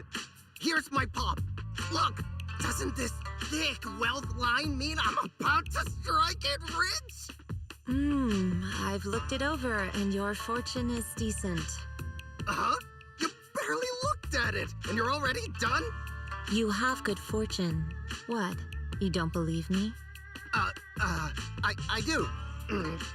Thank you so much. Next, it's my turn. Hey, wait, hey, quit cutting in line.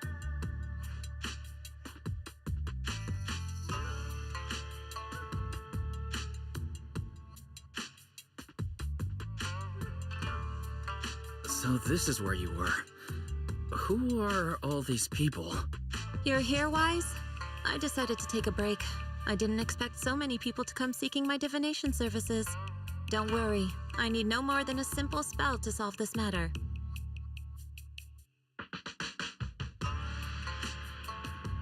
Fortune-telling services is 10... All gone? Good. It seems the Banish Wealth and Desire spell is still effective. Banish Wealth and Desire? That's a spell? This isn't the kind of craft you said you were going to teach us, is it?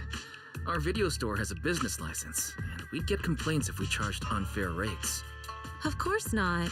This is just a trick to deal with trouble. I'll take my time showing you the true craft of Yunkwai Summit. For now, let's find that shop.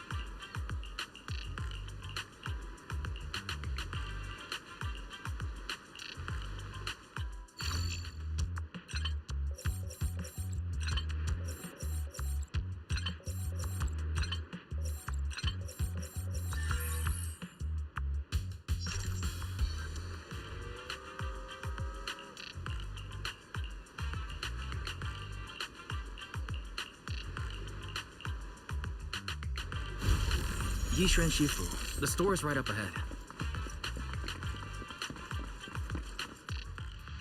Ah, this is the one. Seems it's closed. Another wasted trip. Not necessarily.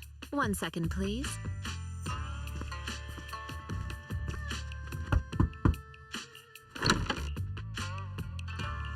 Huh? Is there someone inside? Relax. The boss prefers to do business with people they know. They like their peace and quiet, so they rarely open for customers. I'm an old acquaintance and just wanted to retrieve something.